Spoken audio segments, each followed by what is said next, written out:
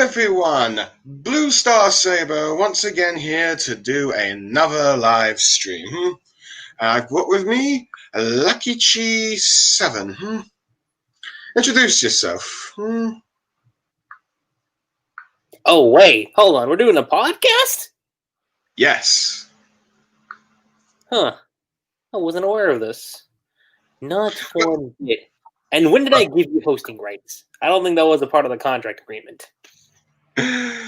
Well, to be fair, this is just a last minute kind of thing, as I figured, let's see, I might as well do it since this particular story we're talking about, let's see, has been, hold on. Sorry about that. I'm just trying to share it off to some people I know. But anyway, this stream we're doing has just recently completed perhaps its second sub-arc in its story. And do you know what series this is, Lucky Chi? Something fantasy related. Something regarding princess. Okay, not princesses per se, although there is one. Wizards. That's my best guess. Something regarding wizards. Fair enough. Do you want me to go ahead and tell you? Oh, please do. Well, if you haven't already guessed by the title, me and Lucky Chi are discussing Fairy Tail 100-Year Quest, the sequel series to Fairy Tail. Abandoned ship? No. No, I'm joking about that, guys. I'm joking about that. Yeah, I mean, if we were, I mean, yeah, we'll explain why in a bit, but yeah.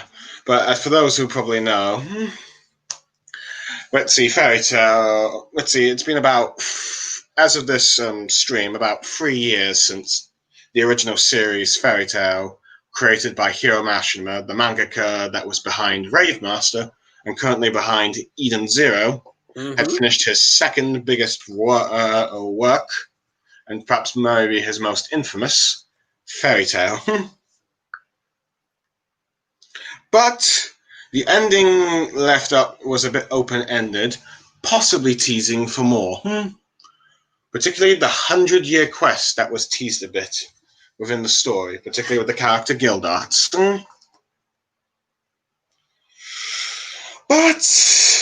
But of course, Fairy Tail, well, its ending was a bit of a mixed bag for many people, I'd say.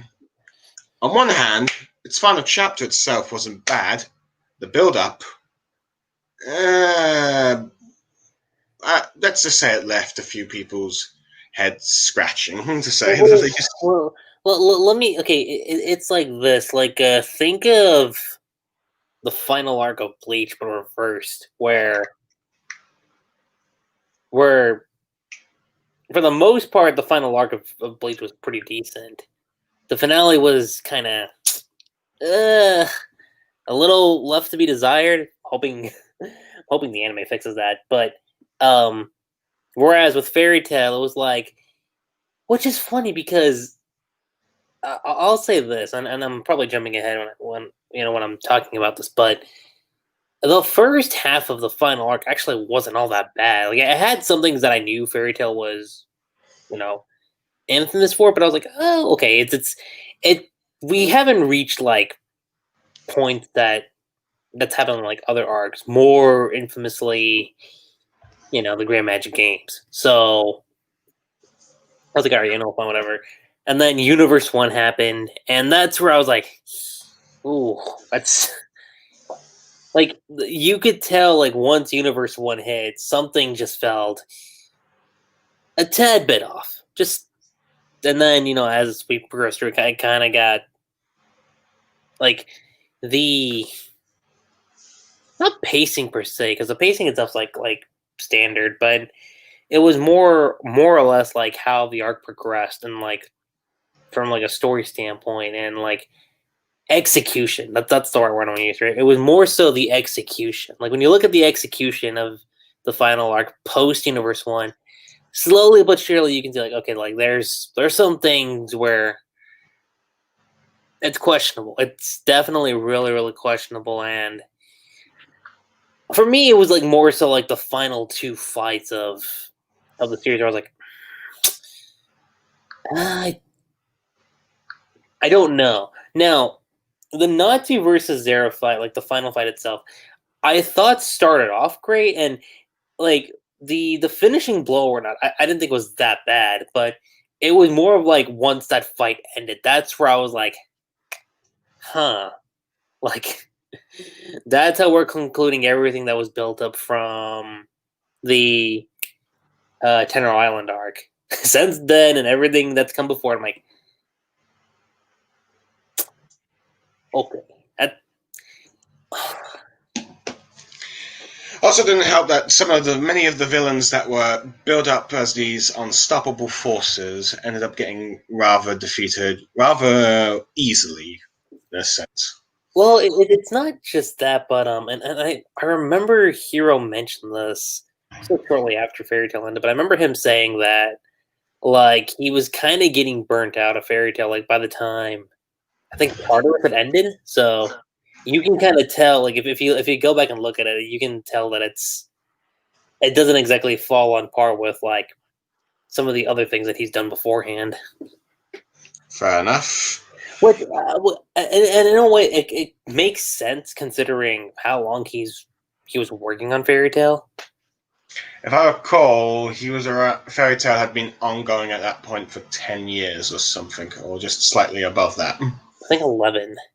Yes. Yeah. I mean, after all, I believe after all, Fairy Tail lasted 545 chapters. Let's see, by the time that Naruto had finished the Pain arc, that was around 10 chapters. I mean, 10 years. It's not just that, but like and I remember like at first because I looked into Fairy Tail, and I remember Hiro said that like it was just meant to be like a fun, entertaining series, which The early arcs and chapters were, of course. but no, but like considering that like because I don't think Fairy Tail was supposed to go on for as long as it did. That's the one thing I remember him saying. Yeah, but I do recall.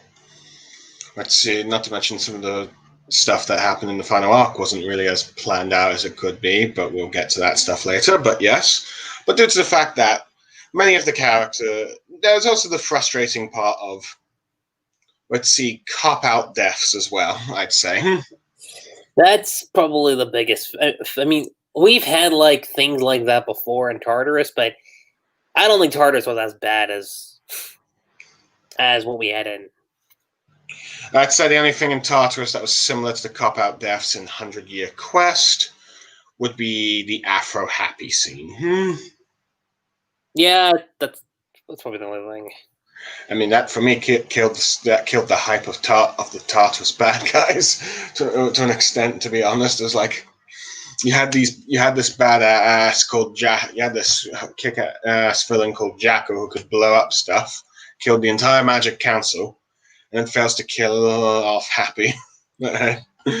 But anyway, I'll say this: like the Tartarus members, like still managed to keep their credibility, like even after that hit. So, well, maybe except for Jacko, but other than that, but yes, they at least for most part ended up being a threat, and maybe Kyoko against Urza, but that's because she's Urza. That's true, but yes. But anyway, the last arc of Fairy Tail, which spanned over 108 chapters, pretty much a mega war arc. And as we know, war arcs are a hit or miss. They can either be the great grand finale or ruin everything the series had built up to. And let's see. And in many ways, the final confrontation between Natsu and Zerf was disappointing, and maybe as well Natsu versus Agnologia. Granted, I don't know if the anime improved these bits or not, but either way, it was. Let's see, many people were underwhelmed. But they did. The only thing I can add about the Agnologia one is that they did give him a backstory in the anime. That's one thing. Yeah, I suppose I'll give them credit for that as well. let's see, you didn't really give much of, you didn't really have a motive in the manga. And the movie teased one, and the Dragon Cry movie teased one a bit, but it never really delved too much into it. It was pretty much its own story, really. Yeah. But anyway, but yeah. So, yeah. But people, for the most part, didn't complain about the shipping, as we know. Let's see, what you do with shipping in manga could end up destroying it as well. Not just the underwhelming bad guy fights. These are the two things that tend to damage manga in a series. Who ends up with who, and how you beat the bad guy. Yeah, and I mean, when it comes to the shipping with Fairy Tail, like I wasn't exactly, I didn't. Okay, so I had my preference when it came to it, but I already had a feeling as to what direction it'll go in, and that more so pertains to how Hiro wrote it in wrote the romance in Rave Master. Mm-hmm. So when I looked at that and I looked at Fairy Tail, I'm like, okay, so it was pretty clear that he was probably going to go that approach. Though the downside is, and this is probably something that a lot of people will bring up, is that it was just like a bunch of teases in Fairy Tail, which is true. Whereas if you look at Rave Master, like it actually felt like real genuine moments that were like actually building up to the couple being canon at the end. Yeah. Well, at least say this: Fairy Tail still does better romances than Bleach and Naruto. That's for sure. Well, Or at least until, well, for Naruto, it was okay until they screwed it up. But hey, I mean, with Bleach's case, like at the very least, the pairings do not offend you. Well, not just that, but and the other thing is that at least there were like some moments in there that could actually make you think like, okay, you could see how they got together. So it wasn't like a thing where you felt like that doesn't make any sense, you know? Fair enough. Now with Naruto, let's see. That's a whole different case. Oh, yeah. That's a whole different case in and of itself. It looked like it was leading to one thing, and then last minute changed it, but due to studio interferences and, let's see, Western fan base's preferences, but we're not going to get too into that. There's a whole history behind that I think would probably be worth having a documentary over, but who knows if we'll ever get that. Well, who knows, but let's see, but we do. Though granted, I'm not sure if you officially announced it yet, but you have something planned when it comes to Naruto shipping. But yeah, we'll save that for another day. Anyway, with the series, let's see, while the bad guys were defeated, it left on a sort of happy, open-end note. Let's see, some couples confirmed to get together, some are hinted at getting together, and some are left open to interpretation. So go on. I was gonna say, like, I think Gajil and Levy, I know for sure. Oh yeah, based on the conversation, and then there was Gray and Juvia. Urza and Jalal, that one was too obvious. Like, even if it wasn't confirmed, I could already tell that okay, that's the direction it was going to go in. Yeah. Let's see, Elfman and Evergreen. That was probably a confirmed thing. Luxus was just teased with all the remaining girls, which might actually change now, given how 100-Year Quest is turning out. But then I know the big one was Natsu and Lucy. Are they going to get together? Are they not? Yeah, and I mean, you see all these like little moments throughout the manga, which I should say is very similar to how he approached Haru and Ellie getting together. Although, unlike with Haru and Ellie, it was more of a joke here compared to that one. Yeah, it wasn't really that deep, though. You could say that these two would be a couple if they put the effort into it. Yeah. But that one is Natsu's final words to Lucy that we'll always be together, left ambiguous of whether or not as in quests, as in relations, will they be in relationship or not.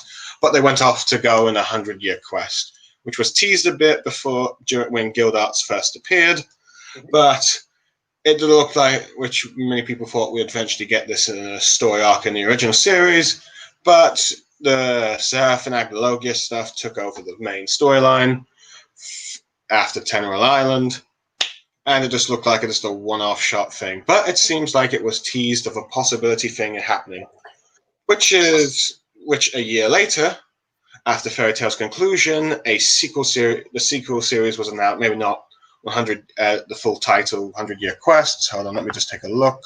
I think it was shortly after Eden Zero was announced. That's what I remember. Like they announced shortly after that. I believe. I'm just looking at the wiki right now. Apparently, before the title was officially revealed, the sequel was technically called Fairy Tail Sokonen, which apparently translates as Fairy Tail Sequel or something. Yep. I might be saying it wrong, by the way, because I don't speak Japanese. I apologize.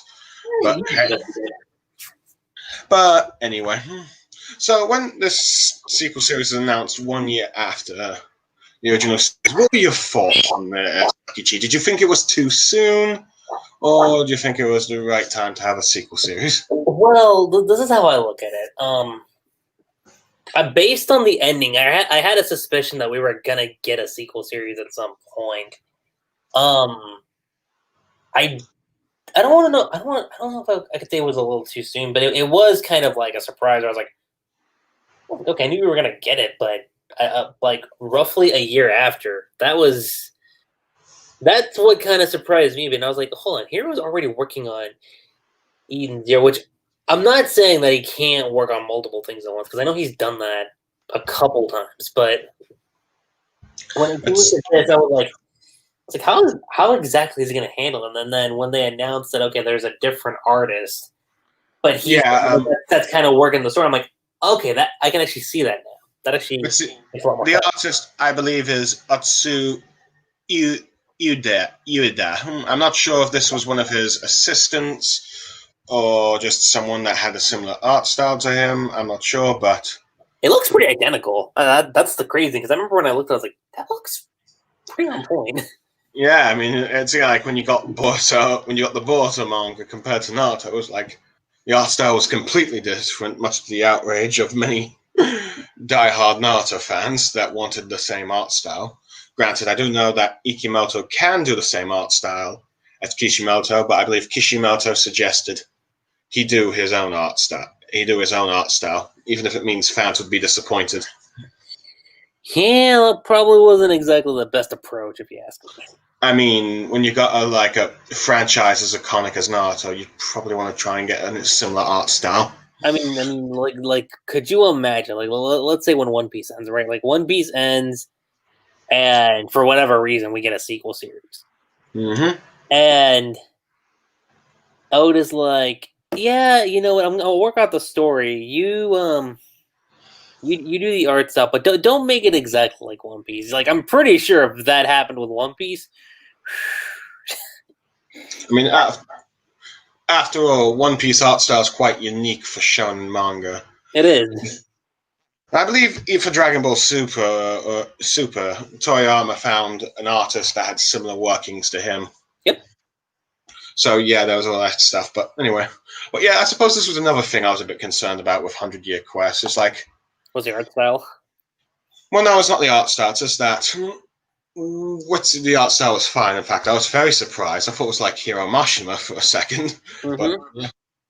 But one thing I was a bit concerned about, it was like 1 year after Fairy Tail ended, and I was like, is this going to be another Boruto? It's like sequel series, spin-off sequel series immediately rushed just because the shonen or manga studio or the manga publisher just wants to continuing to cash in on the brand or attempt to cash in on the brand. Yeah. I mean, after all, there's a big difference between this and Boruto. Is that like yeah, with Boruto you've got Naruto and like the other characters there, but like they're more of like in the backstage versus like this where like Natsu, Lucy, Urza, Gray, and Wendy are like still in the forefront of which I think was the clever thing to do, to be honest, because you're sticking with characters that people know, which is fun enough. You've seen retrospective Greg's review of The Last, right? I've seen a couple videos of of his, and I think that's one of the ones I've seen. Let's see, because I do recall what you said in the beginning of the video. I'm not sure if it's true or not, but apparently the Naruto project, after when the manga ended, was originally supposed to be a part 3 of the series, but then eventually became the Boruto project. Oh, really? Apparently, I think that's what he said. And apparently the last was supposed to start this off.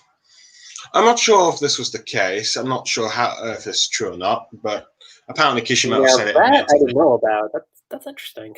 Yeah, apparently he heard Kishimoto say in some sort of interview, or maybe some Comic-Con thing, I don't know.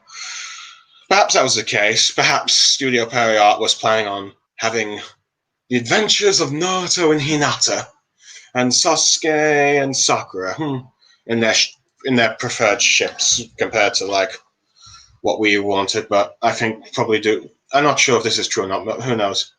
If that was the case, I wonder if it was due. I'm running under the assumption that due to the backlash the last might have had in Japan, they perhaps scrapped that and just focused on the more Naruto's son and being taught by Sasuke. Perhaps that's what they figured. But I'm not sure if this is true or not. But yeah, that part is just speculation on my part. But apparently, yes, Naruto was originally supposed to have a proper sort of semi-part 3, following him, continuing on from him. But it ended up being Boruto, at least from what retrospective Greg's saying. But anyway, going back to Fairy Tail. Let's see. It was a 1 year after. Let's see. I still wasn't quite. I mean, on one hand, the final chapter was okay for me, but I was still probably processing the fact, I didn't really find the ending the final arc satisfying for Fairy Tail, and I'm just wondering if Hiro's just going to repeat the same mistakes that he did with 100 Year Quest.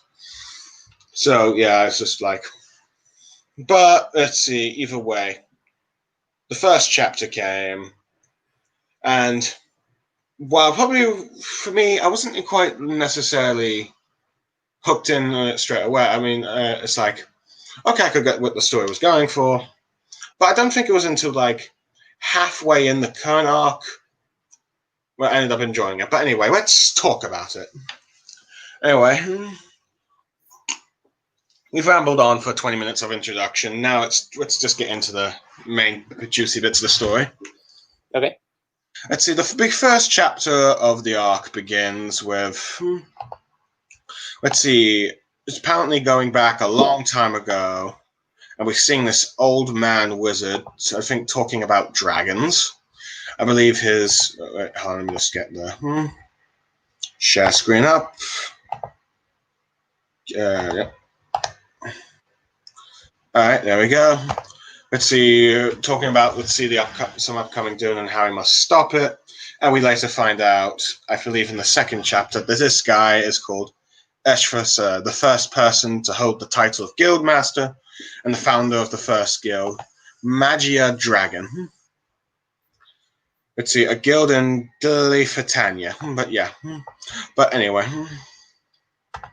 The first chapter begins with Fairy Tail. Let's see, the Fairy Tail Guild, where everyone else is except for our main characters, introducing us to 3 new characters. Apparently 3 new members have joined. One who seems to be a shy, timid boy, another seems to be a bit of an egotistical man, and the other is this girl. But let's see, Luxus scares off the 2 boys, as the timid guy is too scared, and Luxus ended up getting annoyed by how egotistical this dude was for wanting to, let's see, how he wants to make Fairy Tail the best guild or something like that. But the interesting is the girl Toga. Let's see, another page says White Wizard, but we'll get to that in a second. Let's see, is a water mage who apparently has a thing for Natsu, which surprises everyone else. However, this causes her to get into a bit of a sort of rivalry with Juvia, who, let's see, points out that Natsu already has girls like, let's see, Lucy, Urza, and Lasana. Let's see, let's see, gunning for him, though. This might break your ship of heart, Lucky Chi, but Lisana's actually questioning this. I thought it was amusing. Yeah, fair enough, but which I'm a bit surprised that she had this kind of reaction, because I thought Lisana did have a thing for Natsu at one point, but hey. Oh well. But of course, Togo responds that, let's see, Gray had like his master Utir, let's see, Ul and then his daughter, and then Util. Also Urza. Apparently, Urza's shipped with everyone. And that Avatar mage, I'm trying to remember her name. No, I can't remember her name. She's one of those forgettable villains in Fairy Tail. One of the multiple personalities. One of them which had a thing for. You might. Do you know the name or? The one who I forget the name, but she was the one that kind of had the hots for Gray. At least one of the personalities did. Yeah. Let's see, if you want to build a description, people, it's a sort of dark-skinned woman. I think the anime portrayed her as dark-skinned. Yeah, I think she was dark-skinned. Let's see, but yeah. Yeah, you get a little bit suspicious of this. Let's see. However, Natsu and Co. have gone off to the 100-year quests, in which they meet this Estefar, and it turns out the 100-year quest, which apparently Guild Arts is not allowed to give any details to, due to the contract. Let's see, the Guild Master is a dragon slayer who's self-taught, who became a dragon. Let's see, the dragon of... the Law Dragon, I believe, which, I don't know. Let me just get up the guy's a dragon image. Let's see. Oops, no, wrong thing. Let's see. Oh yes, this dragon here, a sort of old wise dragon image, which I think is quite good. One thing I'll say about Hiro, his dragon designs are very creative. They are. Well, granted, this is not really Hiro drawing, but still. It's close. Yeah. But either way, let's see. So the old man is a bit perverted and goes inside Lucy's chest for a little bit. Well, some things never change, I guess, but hey. It's one of those aspects where I was like, yeah, okay, I can see where this is going. Okay, it's still, I find this a bit problematic, but it's not the worst thing Fairy Tail's done. So, but yeah. I would refer back to the Hot Springs chapter after how the sun that to me was where I was like, oh, okay, yeah. That, or possibly, depending on who you ask, Urza's torture scene's going a bit too far. But yeah. Anyway. Let's see, so, pretty much. Anyway, the quest itself is that let's see, Esifa wants the fairy team Natsu, Natsu, Lucy, Urza, Gray, Wendy, and Happy and Charla, to go out and defeat 5 powerful dragons called the 5 Dragon Gods. Let me just get a sort of image up of them. Or at least somewhat of an image of them. Let's see, the 5 Dragon Gods.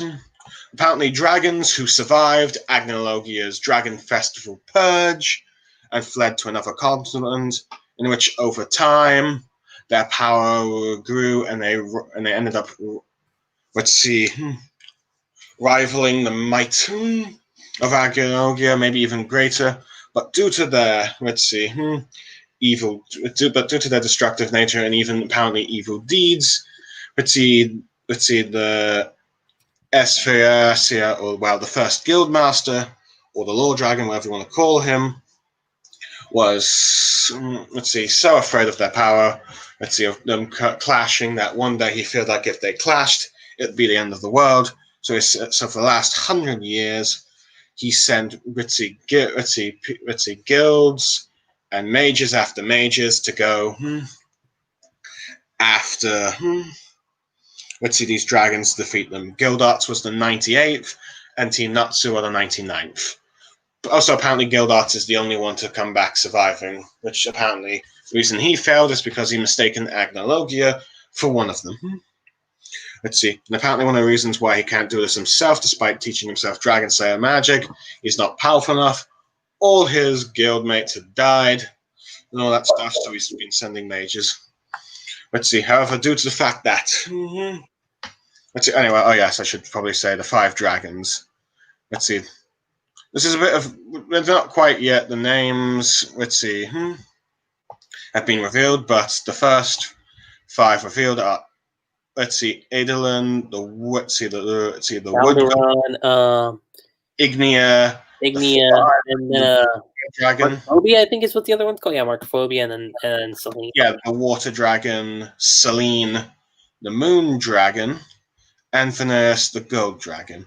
And apparently these 5 dragon god elements originate from the weekdays of the 7 luminaires, which are the meaning of behind the days of each week in the Japanese culture.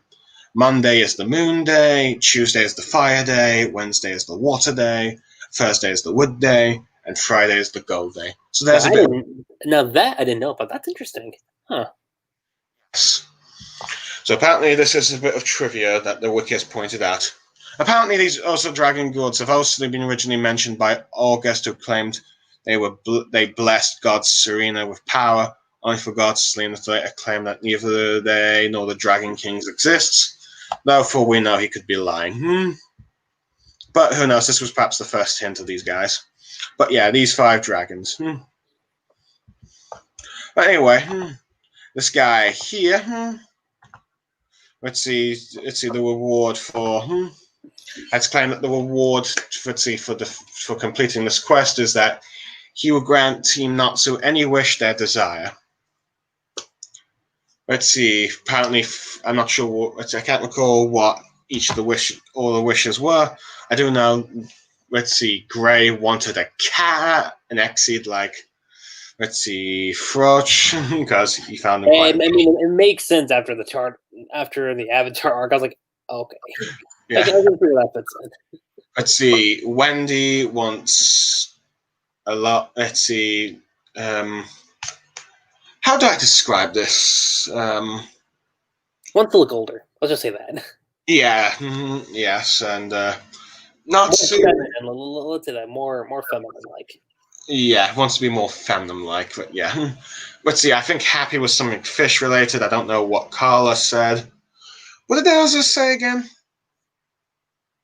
Did Elsa say what she wanted her wish to be? I don't recall if she did or not. I know Lucy for sure wanted the. Oh yeah. I was saving Lucy's for last. Lucy, she wants to find the key to Aquarius again. Yeah. What was not? Let's see, hon. I'm just taking a look here. Just taking a look at the chapter. I was trying to see. Oops. Let's see the chapter. Hon. Let me just see. Let's see. It might be chapter 3, actually. Let's see. Hold on. Okay. Let's see. Let's see. Lucy the key. Let's see. Happy does tease her for a lifetime's worth. Let's see. For rent, though Lucy makes a joke about rather ask for a house. Let's see. Okay, well, granted, I don't think. Let's see. Well, actually, Elsa and Carla don't really question whether or not the thing was possible, but yeah. And I don't think Natsu states what it is, but yeah. But Lucy, of course, wants the Aquarius, which, when it seemed, let's see, yeah, Aquarius back, which Hiro sort of hinted that this might happen in the last arc. But the series ended before that, but hey. Let's see, but anyway, Elsa reveals that Natsu is the one that defeated Agnologia, though granted Natsu admits that he got help from from all his friends and stuff. Which is true.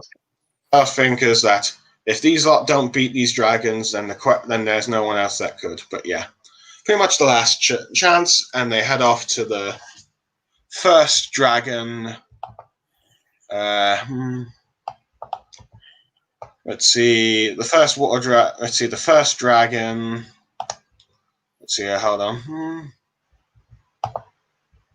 I'm just getting the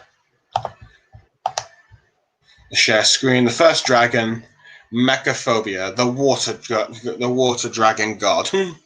Let's see, who is apparently, let's see, in the continent of Glutania, and apparently resides in the. I'm trying to let's see, in the town of Ermina. Mm-hmm. In which, when we get there, we learn that the place has become completely a sort of water city town, and all the residents are fish. However, they worship the dragon god. So they try to kill the residents. So they try to kill Team Natsu when they're there. Eventually, I believe. Let's see, they end up, if I recall, running into members of Diablos, a guild of dragon eaters, in which we are introduced to the members. Kira, though, one thing that should be noted about these dragon slayers, they are 5th generation. And for those who need to recap, 1st generation are dragon slayers taught by dragons. 2nd generation dragon slayers. Dragon slayers that have been implanted with dragon Latima, dragon, let's see, magic crystal energy or something. 3rd generation is a combination of the first 2 generations. 4th generation is just pure Latima, like dragon slayers used for like armies and soldiers. This is a reference to like the 2nd Dragon Fairy Tale movie. I'm not sure if this means that movie is now canon or not, but hey. And this new 5th generation of Dragon Slayer are dragon slayers who gain their power by eating the flesh of dragons and other dragon slayers, which makes them quite villainous. And the first member we introduce here, Kira, is the Blade Dragon Slayer, in which she can cut anything or devour any blades. And her partners are... Whoops, wait on. I'm not sure which one. Let's see, we're introduced first. Wait, this might be this one. Madamo, the Armor Dragon Slayer, who can create powerful armors. And Scullion Raider. Let's see, this skull-looking fella here known as the Corpse Dragon, or I think in some places Ash Dragons, I think, but pretty much can turn stuff to ash. So yeah, pretty much. Let's see, apparently Kira mistakes,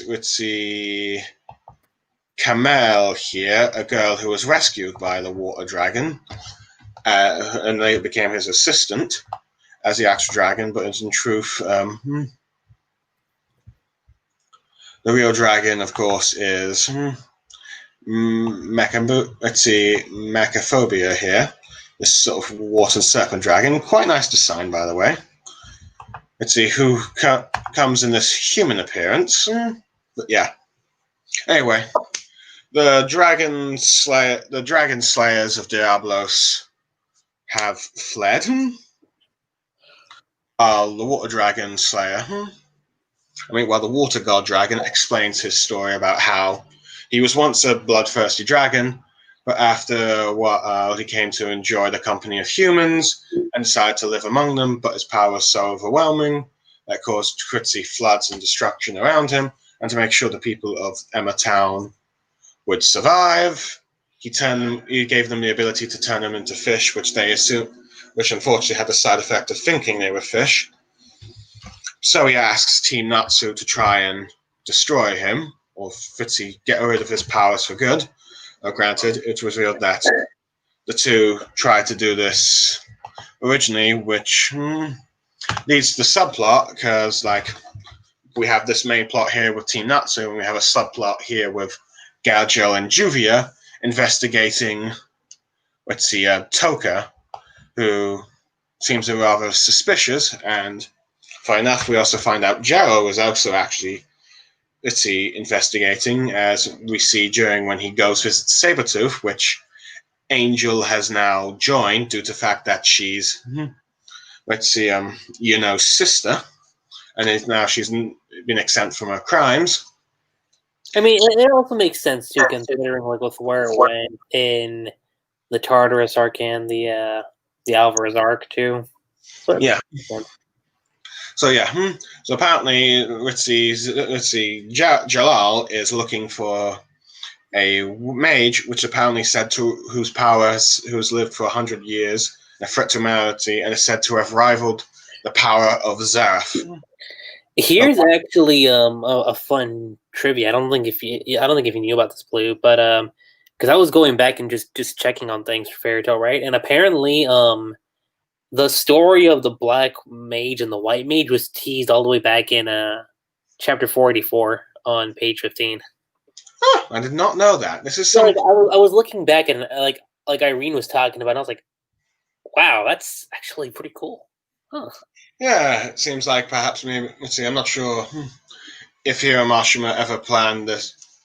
I don't know how far Hiro Mashima planned this, but it seems like he looked about seen previous lore that he may have established and figured, oh, I can tell a story for this. And it seems to be the case with the White Mage. If you ask me, this is how. If like I say, the main series is done, like most of everything's wrapped up.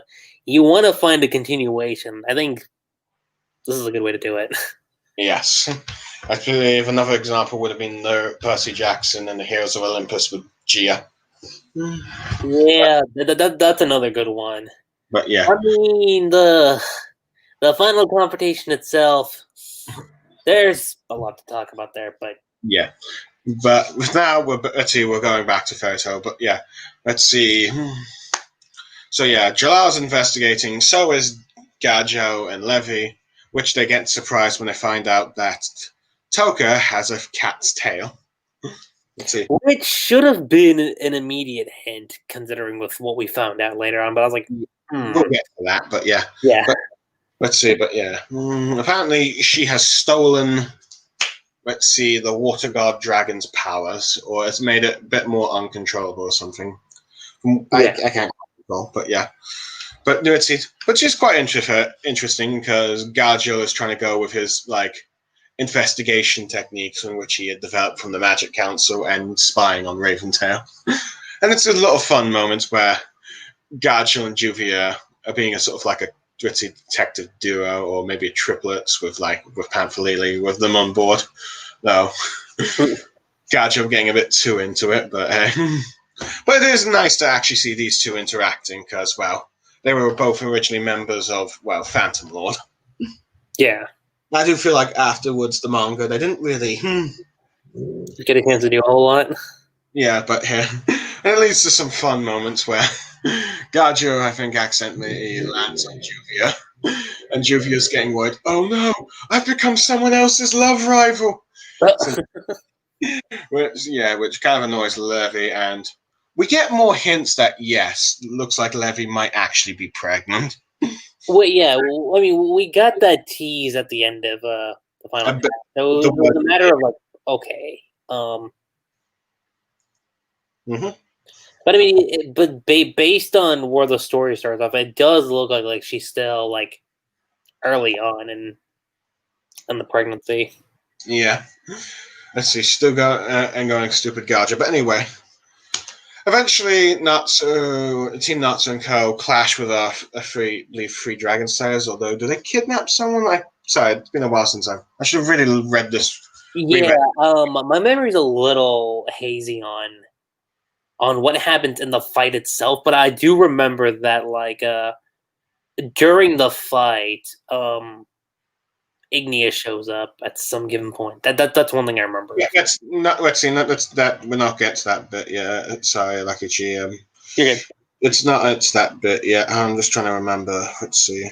I think. Oh, damn it. Don't need fairy tale chapter 204. I need. Let's see. Let me just go to chapter 114. Let's see.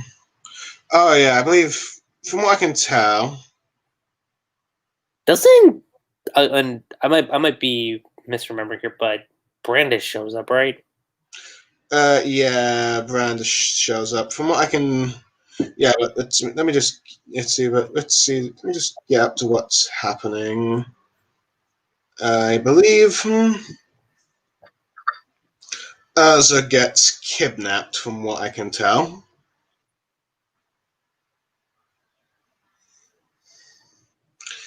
Yeah, I think it's. Yeah, the three dragon slayers try to attack the water god dragon when they learn that. Let's see. His power has been stolen a bit, and I think they try to attack him. Let's see, Team Natsu clashes, and apparently, let's see, Natsu. Let's see, Urza. Let's see, Natsu. Let's see, Urza's been due to let's see, Kira's strength. She cuts Urza's, I think, confidence or something. I don't know, but she can't become such an imitating. Please don't hurt me. Sort of like slave-like character. I think apparently, yeah. Let's see. Not let's see. Gray's fighting the armored dragon, and I think later the ash dragon. And yeah, so pretty much, let's see. Well, actually, Natsu was fighting the armored dragon. Pretty much, all the members get defeated of Team Natsu. It's like I'm a bit shocked by this because it's something that hasn't happened in a while. That's one thing for sure. Yeah, I remember thinking like when this came out, it's like, is this hope? Is this enjoyment? I mean, let's be fair. Like they got their ass kicked in Tartarus too, so it's not like it's the first time it's happened, but it's been so long to where it's like, okay, that's interesting. I guess some of them got their butts whipped with Tartarus, so that was more of just Natsu being surprised by Silver, smelling like Grey, and then just Guard just using his magic to just trap everyone. So it didn't feel like a full-on, they actually got defeated in a fight. But yeah. Well, granted, meanwhile, Toga, I think, ends up being confronted by Jalal, though I believe Loxus intervenes due to the fact he sees Toga as a teammate and says, Jalal, you're not allowed to hurt him. But yeah. The Diablo members, Urza as a slave. I think Natsu and Wendy are unconscious due to their dragon, due to be on the ship, and apparently they're going to be eaten. Apparently, fifth generation dragon slayers do not have the weakness of, on a vehicle they puke. Do you remember how this was explained? Yeah. No, I don't. But yeah. Apparently, the only ones that are left remaining after the initial attack, the water dragon is injured from the attack, I should probably mention. The only ones left are the Exceed and Lucy. So those two fly. So the two Exceeds fly while Lucy's on a boat. Oh, wait. I think apparently, eventually Gray is founded, when he's shrunken, apparently. Which, okay, I was a bit surprised with that. And as you said, it's revealed that Brandish has reappeared. Just relaxing on some sort of, seems to be taking some sort of sunbathe on a small boat, which, but yeah. Which is interesting as... Just being very casual with Lucy, like, hey, what's up? Yeah. Yeah, these two sort of enemies who never really got to properly finish their fight, really, to be honest. They kept getting interrupted by stuff, but sort of enemies, now sort of acquaintances, I guess. I don't really think they would be friends, really. I don't think Brandish sees Lucy as a friend, at least. But she's wondering what she's doing here. And she's revealed that she's good. Let's see. She reveals that the Spring Gun 12 has dissolved. Pretty obvious. Yeah. The fairy tale, though, she's not, let's see, upset about it. But here we learned what happened to the remaining 6 members of the Spring Gun 12 that were not killed during the war. Let's see. Agile is now king. Let's see, due to the fact I think he was a king. He was a prince in a smaller kingdom that was conquered by Elzo, so apparently he at least had the highest authority, I guess, or he was the most logical choice to have as a successor of Zeus to be emperor or something. And it's revealed that his uncle and the assassin Jacob are by his side as advisors, while the time mage Demara decided she's had enough of fighting and is living peacefully in a farm, which Lucy cannot believe. Which does seem a bit surprising, doesn't it? Just a bit. While Invel and Nearheart, who are planning to plot another war, have been imprisoned, and apparently Larcade is missing. Ooh. I have no. Let's see. Well, actually, then again, from what I remember Larcade kicked the bucket, so he's Larcade dead. Yeah, so she doesn't know that, but we know because that's what Zeref did. Zeref, I believe, killed him.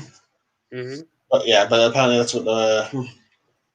But yeah, but since Irene, Bloodman, Wall, and Godsween are dead.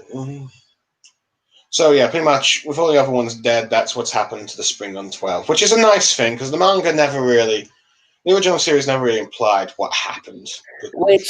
And this is something that happens later on too, but I should have taken this as a first and as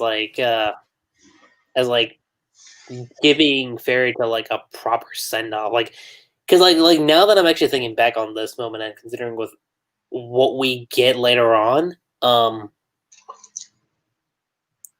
it's interesting because it feels like based off of how things went down in Alvarez, I feel like this is Hiro's way of saying okay, I didn't really give Fairy to the best send off that it could have used, so I'm going to do that here.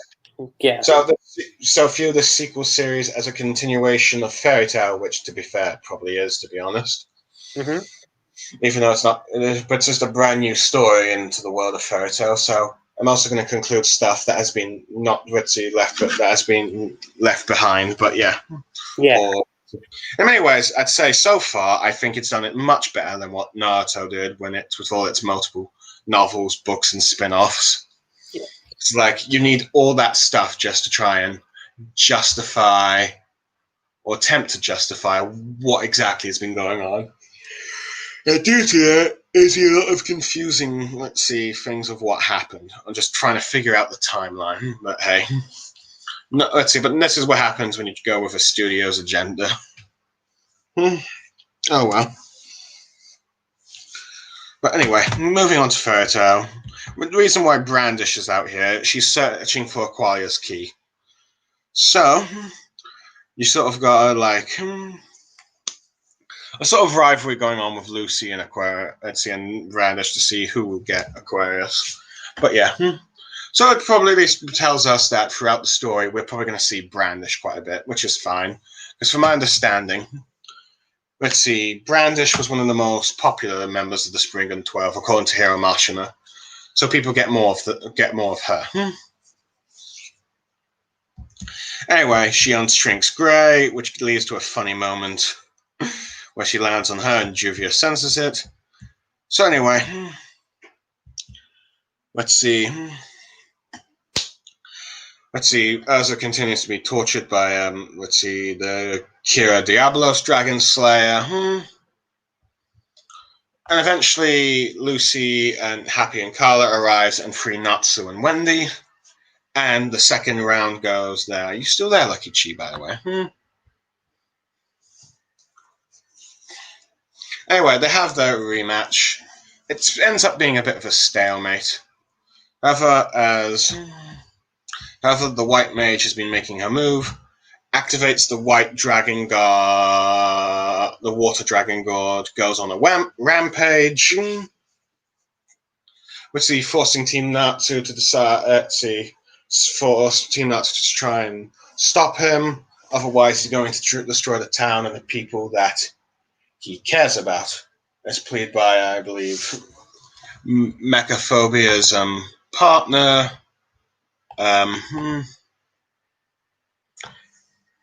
Caramel. However, the team of Natsu, despite their skills in magic and Dragon Slayer, they are no match for the dragon. And Lucky Chi there. Let's see, never mind. Let's see. Anyway.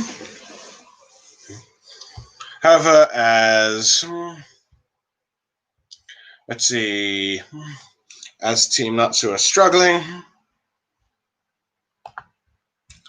let's see, powerful flames suddenly come about, and we are then introduced to the second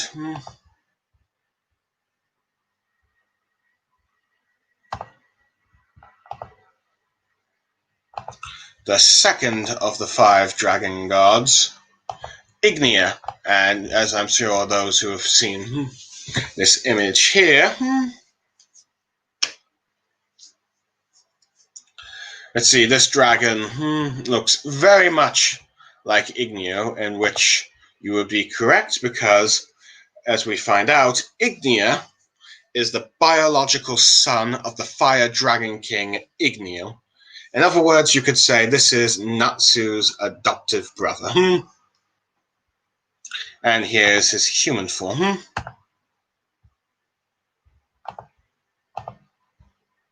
Here we go. Yeah, quite intimidating if you ask me, but yeah, quite nice design. Anyway, for the explanation of why we've never heard of this guy before, is that due to when dragons find a mate, let's see, the father leaves the raising. Let's see, the raising to the female mother dragon, and the father dragon doesn't really have nothing to do with them. So this gives Ignio no real attachment to Ignio, nor does he share any of Ignio's love for humans. In fact, he doesn't seem to be that much sad that his father is gone. He's more sad about the fact that he didn't really get. He's more upset of the fact that he didn't get to test his power against Agnologia, because Natsu had already beaten him. However, he decides, since, let's see, Agnologia was defeated by Natsu, in order to prove that he is the superior one, he will defeat Natsu. However, he is not quite satisfied with Natsu's strength right now. It's because due to the fact that Natsu defeated Agnologia with the other 6 Dragon Slayers at the time, as well as every one of their friends helping out, let's see, trying to, from the outside the battle. Ignia wants Natsu to become strong 1-on-1, so for the time being, he's going to give Natsu a little boost to help him out, which he allows him to devour his own flames. And as a result of that, for the first time in a very long time, let's see.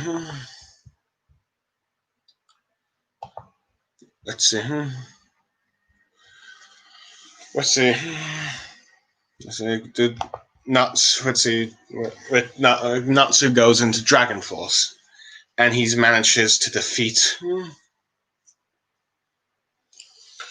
Let's see. Hold on. Lucky Chi seemed to have left. Hold on. Lucky Chi.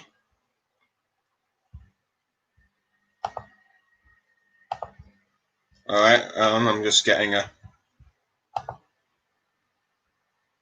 Okay, I'm just getting reports that Lucky Chi's internet has crashed.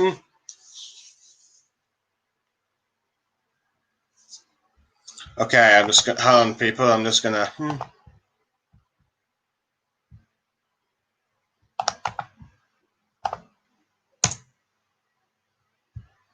Let's see, just resend Lucky Chi the link here and see if this works. Oh,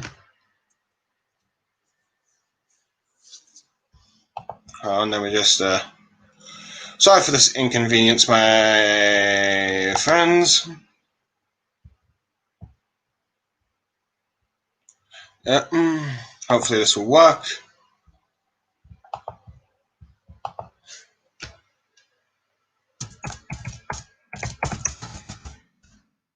Hold on, I apologize for the people. This is a live stream. I cannot edit this bit out.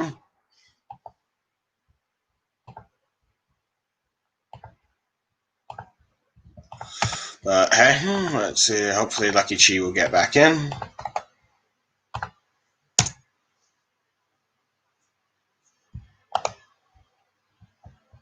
I apologize for this, people.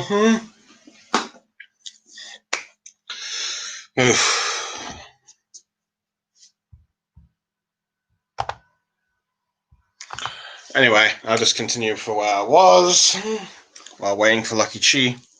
Natsu is able to, due to the power up Natsu's got, he's able to beat the water dragon. However, let's see, due to engulfing the flames, he becomes a bit ferocious, and he wants to keep finish off God Serena. I mean, no, sorry, my mistake. Mechaphobia is like he's not dead, which leads to a rather touching, let's see, Lucy moment, Nalu moment, where Lucy rushes to grabs onto Natsu despite getting burned. Let's see, and her top, let's see, burning off because, well, this is Hiro Mashima. For you, but hey. Let's see, pleading Natsu to stop, which he does. Fortunately, Natsu does not kill Mechaphobia, and all his destructive dragon powers have been, let's see, taken away and destroyed or sealed off. But have you will. Let's see. And as far as I can tell, Mechaphobia has become fully human. And let's see, the townspeople have been explained what has happened, what has been going on with them, that they're actually humans.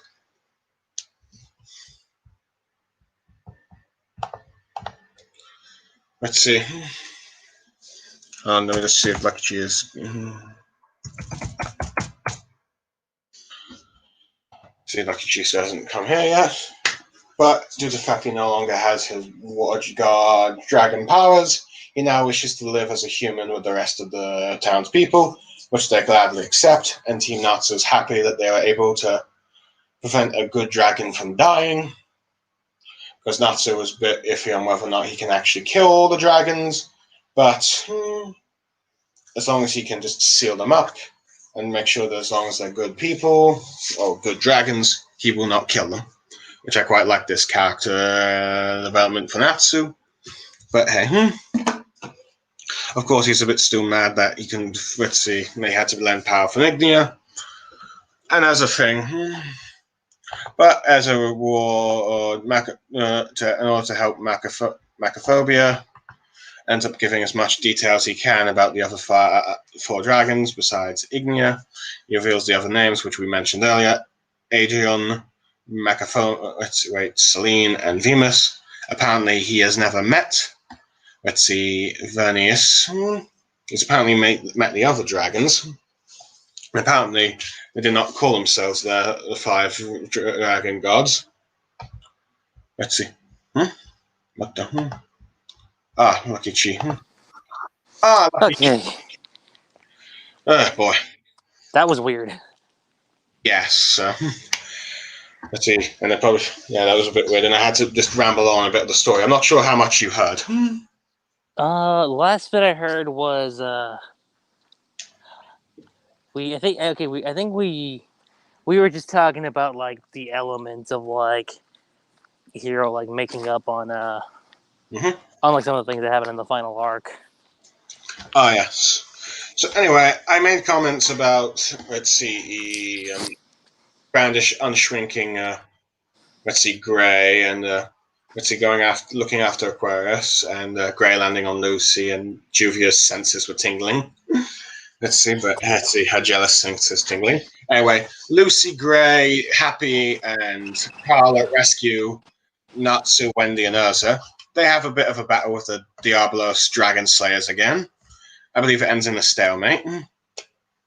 Avatoka, the White Wizard, let's see, begins her next move. Activates the Water Dragon God's Rampage. Destroying the town, let's see where everyone's in. I believe they're all turned into humans at this point. Let's see, and Megaphobia's partner, Kamario, asks Team Natsu to stop the Water Dragon God. Let's see.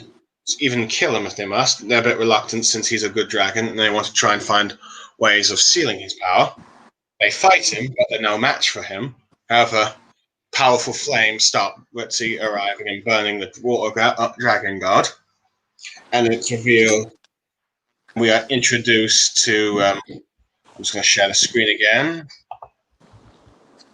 Because, let's see, I've already shared this image, but we're then introduced to this bad boy here, Ignia, the Fire Dragon God, which, of course, Natsu comments looks very much like Ignio, which is, of course, revealed that he is his biological son. And this was explained. Which was interesting. Yeah. Let's see. With this, and this is his human form. And it's explained that father dragons don't really raise, let's see, their biological children. It's all left up to the mother, which is why Ignia doesn't have any Ignios.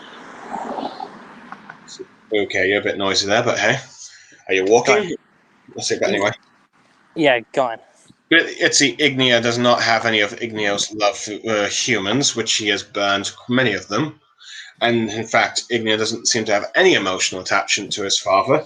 He's more furious that he didn't get to defeat the dragon who killed Ignio, Agnologia, to prove his strength.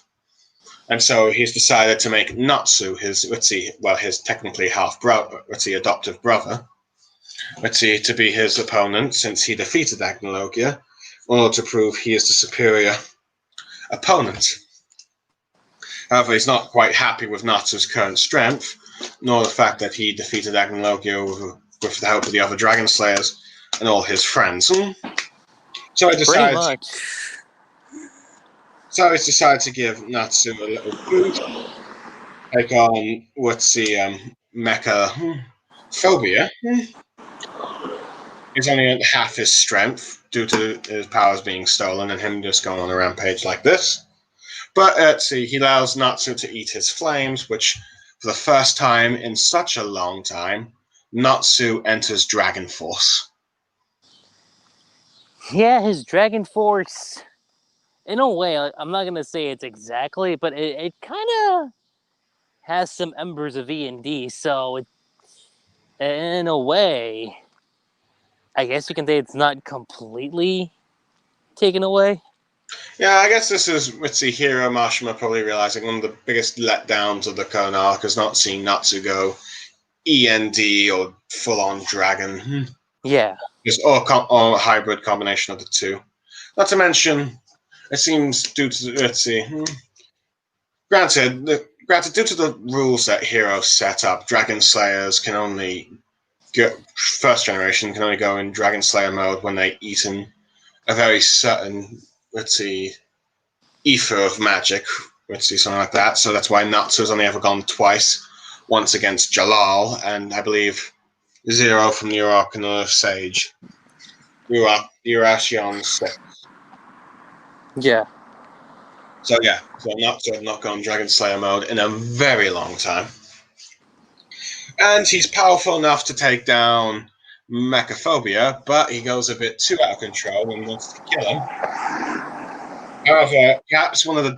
However, in a Naolu moment, Lucy is able to run up to Are you outside, Lucky Chi? At the moment, I am. Yeah. Okay, well, that's going to be a little irritating, but okay, fine. Here's what it is. Let's see. Go on. Lucy, let's see, is able to, let's see, grabs onto Natsu and stop him from, let's see, destroying Mechaphobia, which, luckily, all of his powers have been stripped away, and he now decides to live with the humans after they accept him for who he is. And then Yeah. he tells, let's see, Team Natsu. Let's see the other names of the other 5 dragons. Aldeon, the largest dragon, the wood dragon. Ignia, the fire dragon. Selene, the only female and moon dragon. And Vernus, the gold dragon, which we mentioned these names earlier. Mm-hmm. However, let's see, to get more into detail, we learned that the wood dragon is the largest of the dragons. Ignia is we already know this is Natsu's, let's see, is the son of Ignia, which shocks Team Natsu. Except Selene is the only female amongst the dragon gods. And Vernus, the gold dragon god, has never actually met Mercophobia. Apparently, we learn that they did not, let's see, call themselves these titles. They're the ones that people started naming them after a while. Anyway, Mercophobia gives Team Natsu the directions to face Elderon, let's see, in order to, as their next target. And Team Natsu heads their thing. However, I believe I've been leaving out this bit of the subplot for a while now.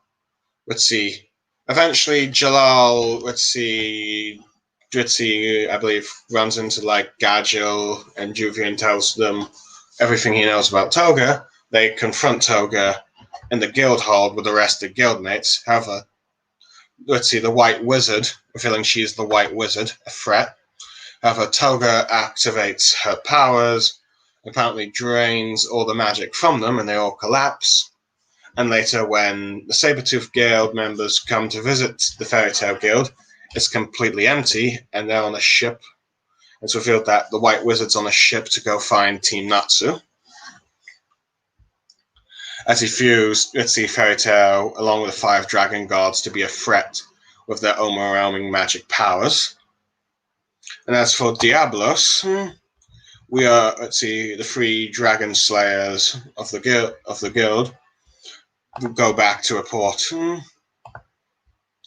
to their leader, who's, I think, sort of eating dragon meat or something, or he's eating some sort of meat. But anyway, his name is Georg Ryzen, this scarred man who's hungry for dragons. And while he's not happy with their failure, gives them another chance to go find the next dragon. And that is the end of the first sub-arc of the 100-year quest arc, or quest series, the Water Dragon God. So, in the first 24 chapters. So, Lucky Chi, do you make it the first arc? I actually really like it. I mean, see, at first, I don't want to say I wasn't interested, but I was curious as to what was going to happen, considering with how Fairy Tale ended and whatnot. And I was like, well, okay, this is Hiro writing the story versus him drawing it. So, based on the first arc, I think it was pretty good. Yeah, I have to admit. In many ways, I feel like this, to me, was the best arc in Fairy Tale since Tenro Island. That's saying a lot for you. Yeah. Well, for you, that would probably be Tartarus. But yeah, Tartarus for sure. But I think this is like but mainly it's because I feel like this is the first time in a long time I found the villains to be as a credible threat since, well, the 7 Kings of Purgatory from Guillermo Hart, when they defeated a few members of Fairy Tale. Let's see, before being defeated themselves, because Most of the bad guys after that usually end up getting defeated by the fairy tale mages rather easily, but hey. So yeah. So let's see, so I like the mission of these 5 powerful dragon guards who are on par with Agnologia. Let's see, giving us at least 5 sub-arcs at least in the series, each of them that. And let's see, I do like the subplot where you give members of the secondary characters of the Fairy Tale Guild, such as Gargil and Juvia, let's see, and even Jalal, let's see, well, granted he's not a member, investigating this new member, Toka, who's apparently this mysterious white wizard, who can steal magic powers, and apparently has formed, let's see, who apparently formed a cult similar to, let's see, the faith organization Avatar, Rebellious. I'm not sure if that's still active or not. And called the Great Magic Defenses Disease. I'm not sure if that's a spell. Let's see. But hey. But either way. Oh, I know it's a common disease, but yeah. Let's see. Let's see who appears to have sinister plans for like the Fairy Tale Guild and the 5 dragons, as she feels their overwhelming power to be a threat. We don't quite know all her reasons why, but yeah. But she's hyped up to being as powerful as Earth, which I'm game for. I mean, some might find this coming out of nowhere, but I do think it should be noted that while Zeph founded many of the dark and evil items that plague the world of fairy tale today, he is not the origins of magic. As magic and dragons existed way long before he did. Very much so. He's just the modern day, witty, ignorant of dark wizardry, but hey. And let's see, but of course, the other villain. I do like how we are introduced to a recurring villain group uh, in Diablos, dragon slayers that eat dragon flesh. And the 3 members that we were introduced, Kira, Malamo, and Skull Raider, all have each of their personalities. Kira thinks she's like can cut anything and is like invincible and has a bit of a rivalry with Urza. Melodamo seems to be the reasonable, sensible one, as and quite polite. In many ways, he seems seems to be the nicest one out of the dragon eaters, but if you will. Though he seems to be the rash-headed one, while Skull and Raider appears to be, let's see, the sort of leader of the ones, and quite a bit of the ferocious one, but hey. Granted, he might be the leader of the group, but hey.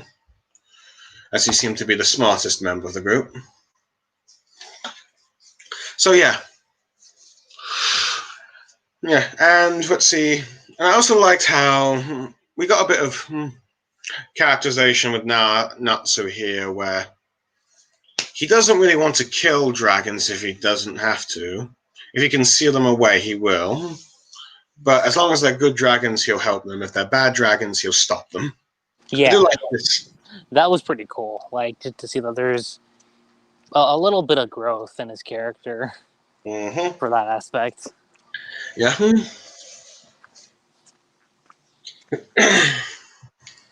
Let's see. So yeah, there's like that. The rest of the Fairy Tale mages are fine.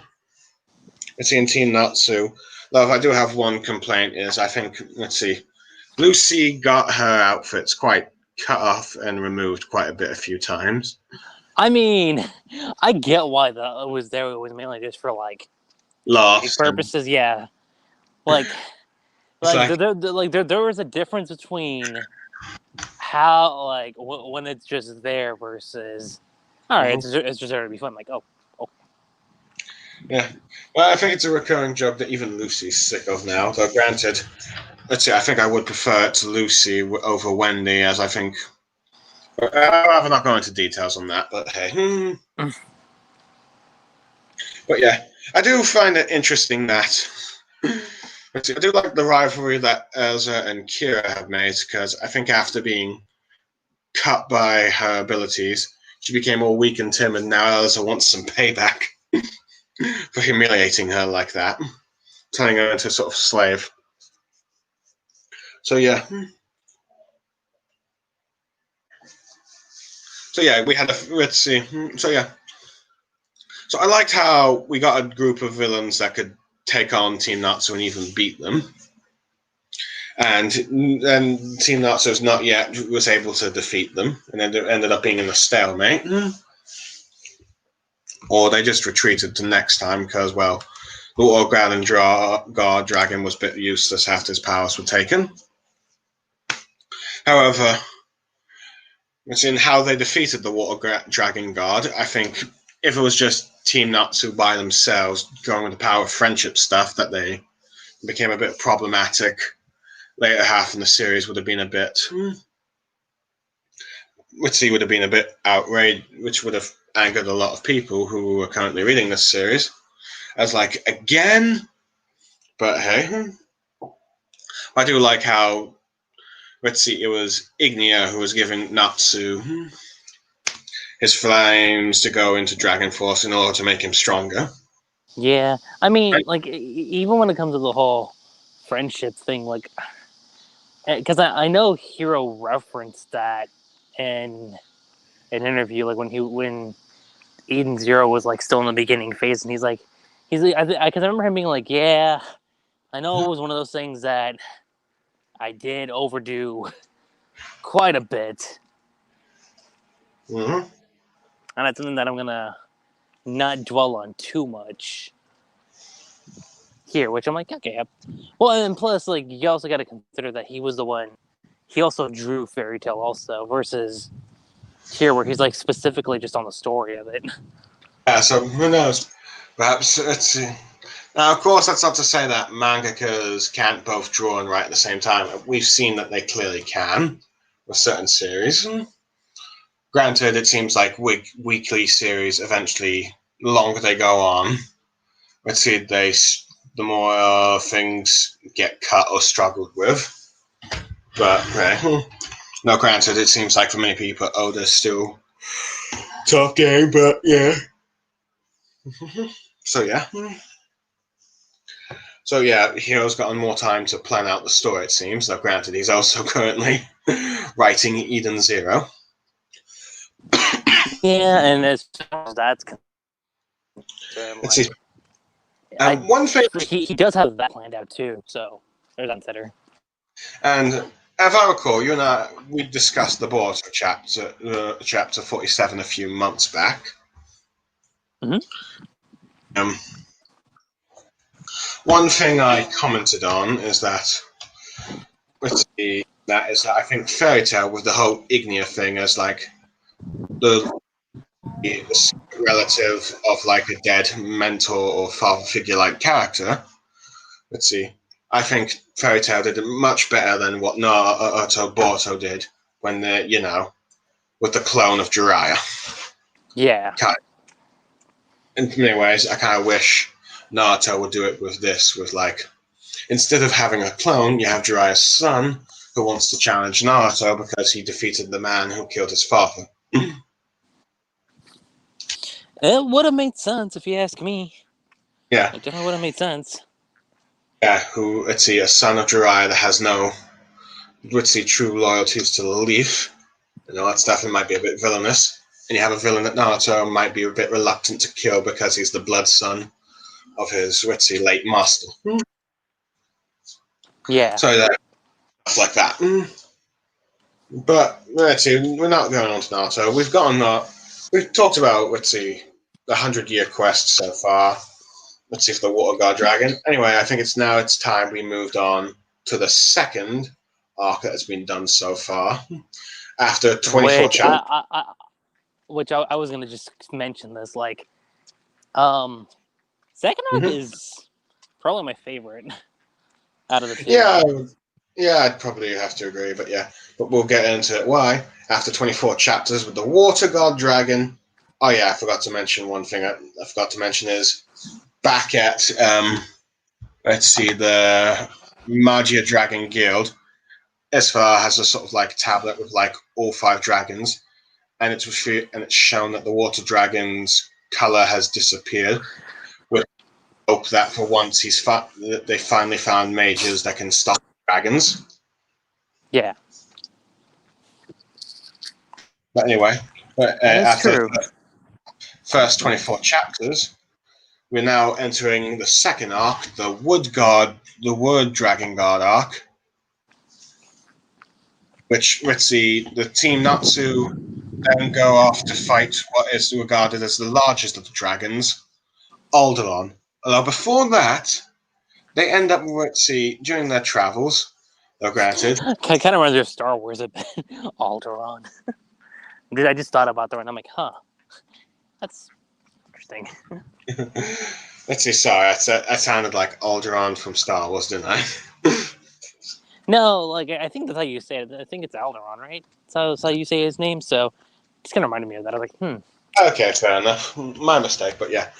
Let's see. There's a little funny moment where Natsu and Wendy try to erase the train roads from the map, which Urza chases them off. But anyway, they get on the train because, well, even though Natsu and Wendy cannot stand trains because they're dragon slayers. But hey. yeah. Let's see. They arrive at this town and stuff. This was taken as a famous celebrity because in this town there is there's this actors guild called Fairy Nail, I believe. Oh, let me just whoops, let me just get the shared screen up. Lucky Chia there. Yeah, I'm still here. Just for a second, I thought you got crashed again. Let's see. But anyway, there's a celebrity guild in the continent of Gartintinia called Fairy Nail. Located in Taka, I believe it's called. Yeah. And which is, the premise is very similar to, Eldos, in which you pretty much have counterparts of Fairy Tail members, but this time on a different continent. Apparently, the reason why Urza was mistaken for someone that was surrounded by a crowd of people is because her counterpart, Elicus, Urza with glasses,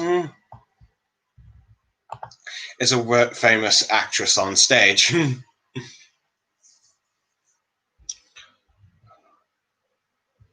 Anyway, we end up going to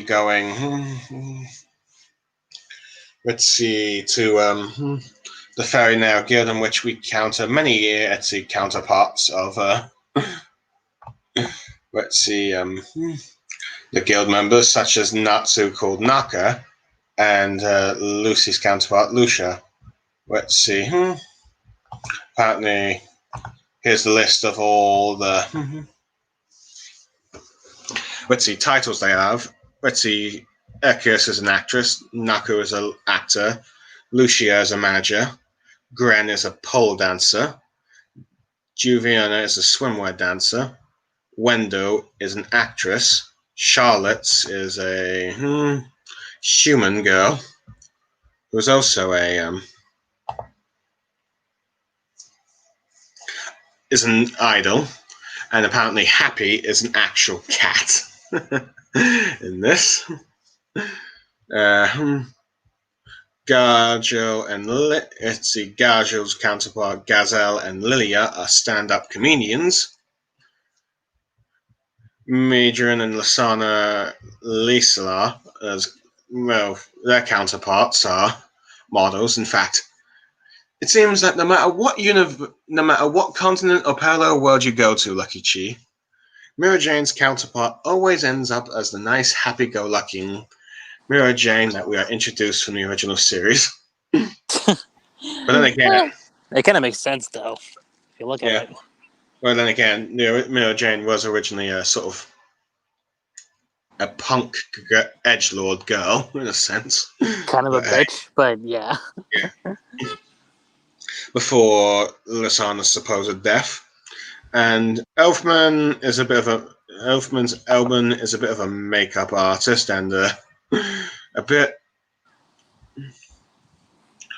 Let's just say feminine. Let's see. Luxus is a singer, part of a rock band. Let's see. Carlos is a foot model, and let's see. Loki's. Let's see.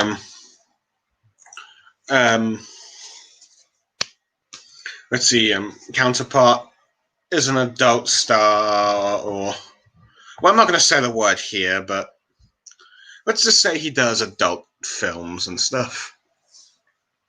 Which we get a funny bit where Wendy is wondering, wait, what's this? And Lucy says, you're too young for this. That was amusing. Not gonna lie, I saw that, I was like, oh no. I mean, granted, if you count the 7-year time skip, Wendy, technically age-wise, she is old enough to know, but Let's see. you know.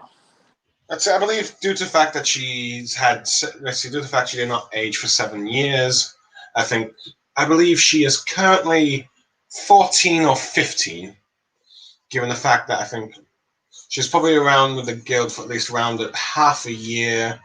Then I think they were like part of a guild. And then the time skip, I think, happened for like a few months again. Then you had 1 year time skip, and I think she was like probably 14 at this point. And then you had a 1 year time skip for the epilogue. I believe she's now, if I'm calculating right, she is now 15. I could be wrong though.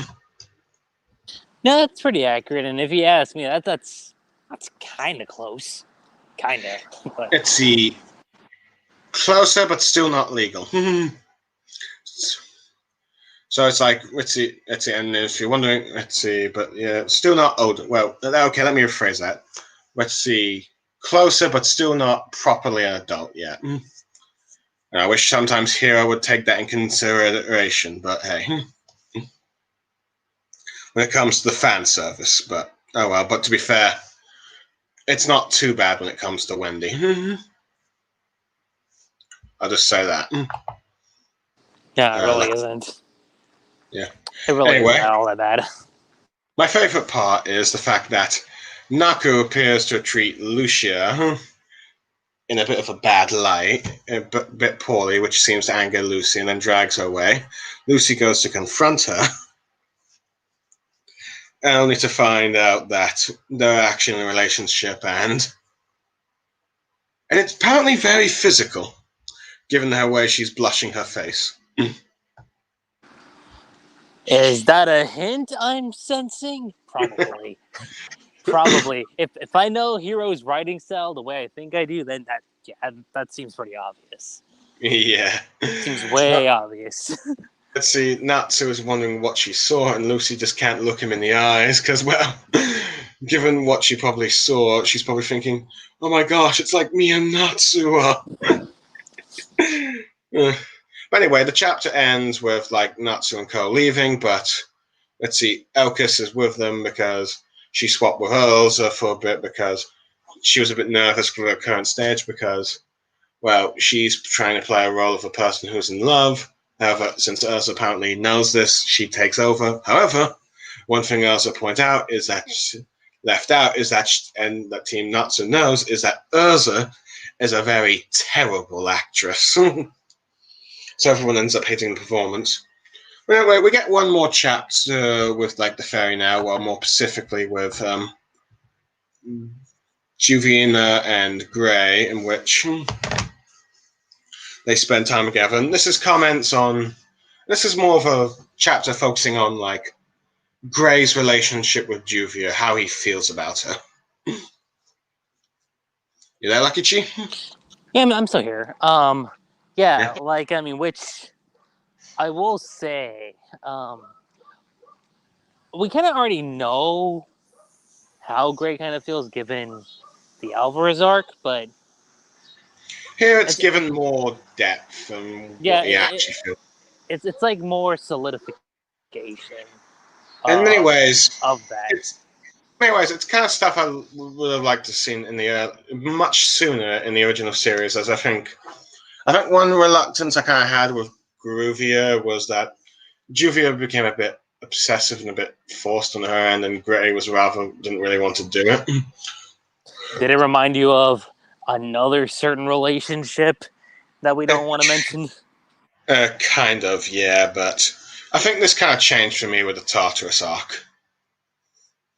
Yeah, Tartarus arc was kind of where I was like at first I was like, okay, this is just a joke, but as soon as Tartarus said, I'm like, no, actually, Can this become one, a serious. like, This can become a serious relationship.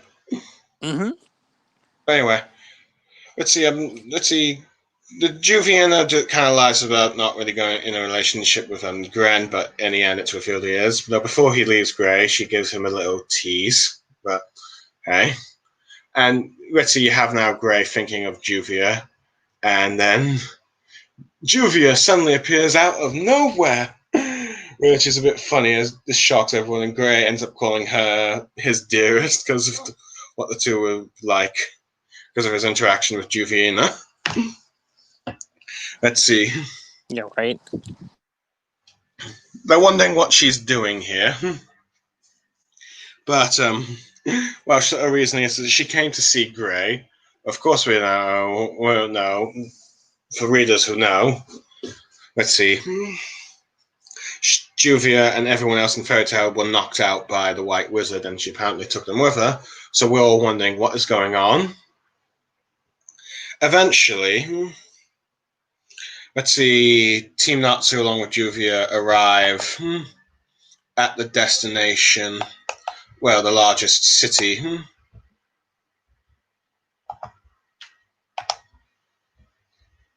Let's see, in the continent of, let's see, Galatina, and we later learned that it's actually on the paw, paw. I forget what it is for dragons.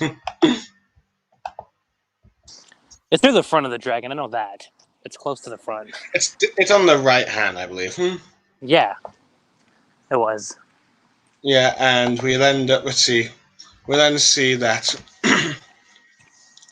if that the cities that are on is actually on the hands or the feet of the wood dragon Antolon, and as we can see from this image, is massive.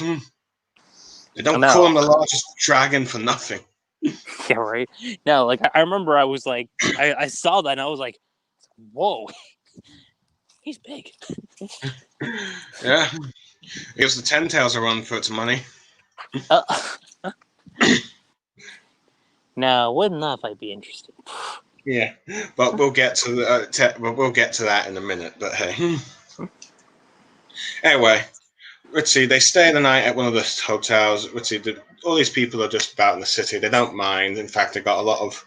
They seem to worship the wood dragon like the people from like Emma Town with the water god dragon. Mm-hmm. Everything's fine. Eventually, Natsu, Urza, and I believe Lucy are lured in by this mysterious woman, while Gray and Lucy are taking care of a exhausted Juvia, I believe. And this is where this is where the members of Team Natsu, at least the ones that are there, end up reuniting with all their old guild members and Jalal, and meeting Toka for the White Wizard for the first time, and they're all dressed in white cloaks. Yeah, it should have been at this point where I realized what's happening with Jalal. Okay, it's not this point necessarily, but it's after this point where I was like, uh-oh. Oh, yeah. It's like you could clearly tell that they've turned evil or been brainwashed or something. But yeah. And this is where Juvia starts to warn Gray and Wendy of what's happened to their members and what's happened to their guild members and the White Mage. And as we see, due to her command, she punishes Mira Jane for not bringing everyone there by having Elfman and Asana beat her up in a rather cruel fashion, which horrifies the members of Team Natsu that are there. Just as she's about to try and steal their powers, Gray arrives and the members of Team Natsu escape. Here, Juvia explains what happened. How their powers were stolen, how the White Wizard was going to kill them, but then she lost the powers of the Water God Dragon. So now she's using the members of Team of Fairy Tail to destroy the orbs that keep the Wood God Dragon's power in check in order for her to later absorb them. And once she has done so, she will kill off all the guild members of Fairy Tail. This makes the members of Team Natsu panic and worried, as they do not want to lose their comrades and die, and now they must also stop this White Mage from stealing the Wood God Dragon's power for the untold consequences. However, Natsu's a bit fired up, as this is Fairy Tail Festival Civil War 2 of sorts, or the Fairy Tail Fighting Festival 2.0.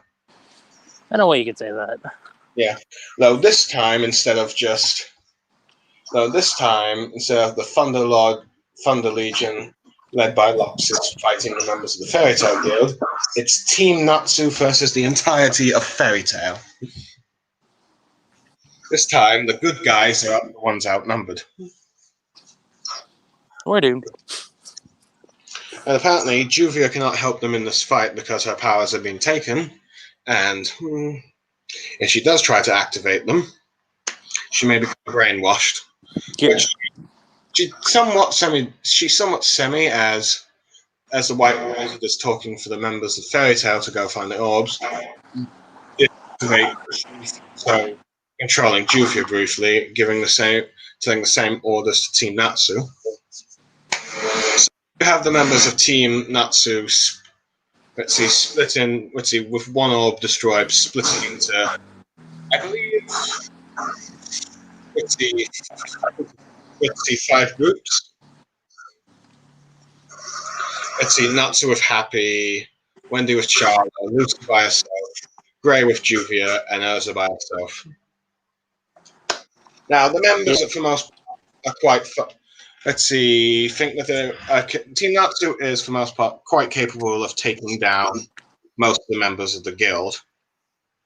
The only ones that are going to prove to be troublesome for them are Gargill, Mira Jane, Luxus, Jalal, and Makarov. Those 5 are the ones that they're most worried about. Anyway, during the 5 separations...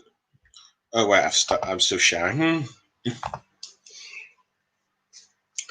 During the 5 separations, Lucy runs into the stressed siblings, Mira Jane, Elfman, and Asana. And she's like, of all people, why did I run into Mira Jane? That was pretty amusing. I'm not going to lie. That was actually pretty funny. In order to combat them, Lucy summons both Loki and Virgo, although they're not sure that they can beat Mira Jane. Yeah. So anyway, that fight ends up being Lucy versus Lasana, Virgo versus Mira Jane, and Loki versus Elfman. Which I think is a first, because I don't think we've ever seen Lasana and Lucy have a fight against one another. That was actually pretty cool. Yeah. It's never really happened, but there's no reason to, because they're all friends in the guild. Yeah. Mm-hmm. But hey, I suppose this is the one thing that works with mind control. It lets you do these who versus who scenarios. Anyway, let's see. Natsu ends up fighting. Well, first he knocks out. Marco and I'm trying to remember the names of those two old geezers. Macau and there's Wakanami, I think. Yeah, there we go. That one. Nabi and his also Marco's son. Yep. Let's see, Romeo.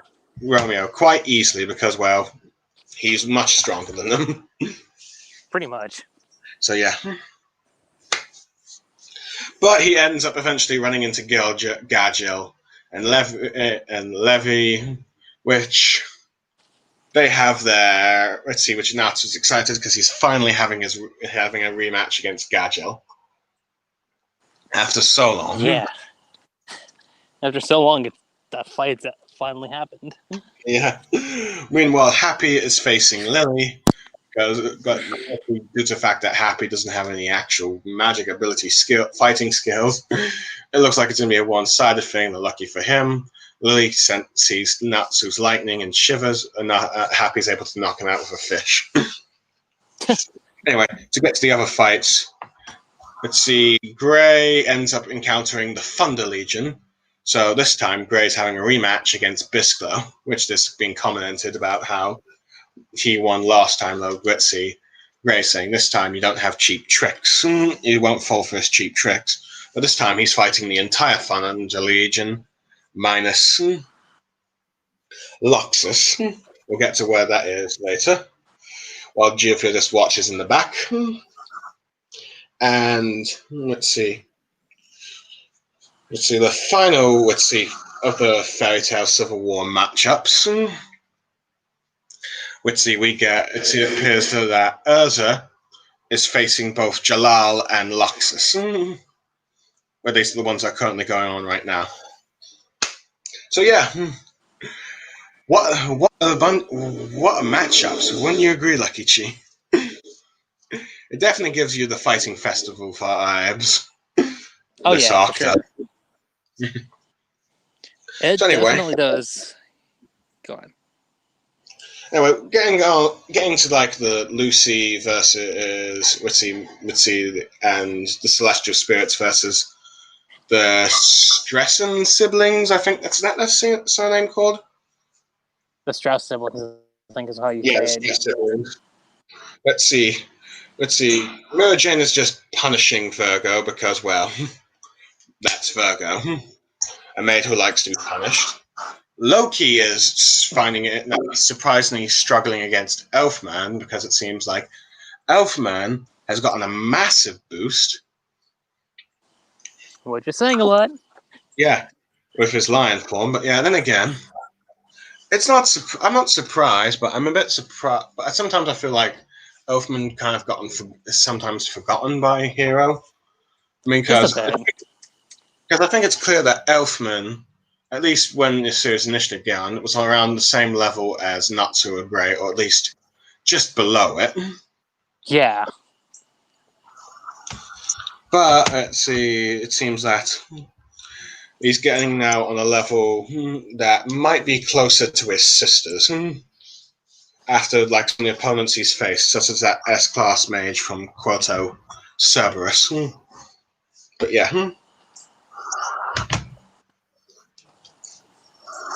That was pretty good. But yeah, so it seems like Loki is finding it very hard to struggle. Meanwhile, Lucy is struggling against the Sana. Animal magic transformations. Now, eventually, she's able to defeat her when she does a star-crossed dress form, but this time with both using power Virgo and Leo. So it's a combination of the two. Let me see if I can find an image of it. Hold on.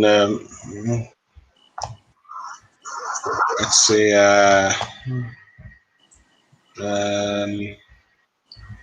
I'll just get the Team Natsu bit up here and find Lucy.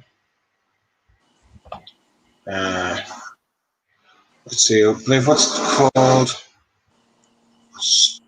I believe it's called. I'm trying to find the form. form.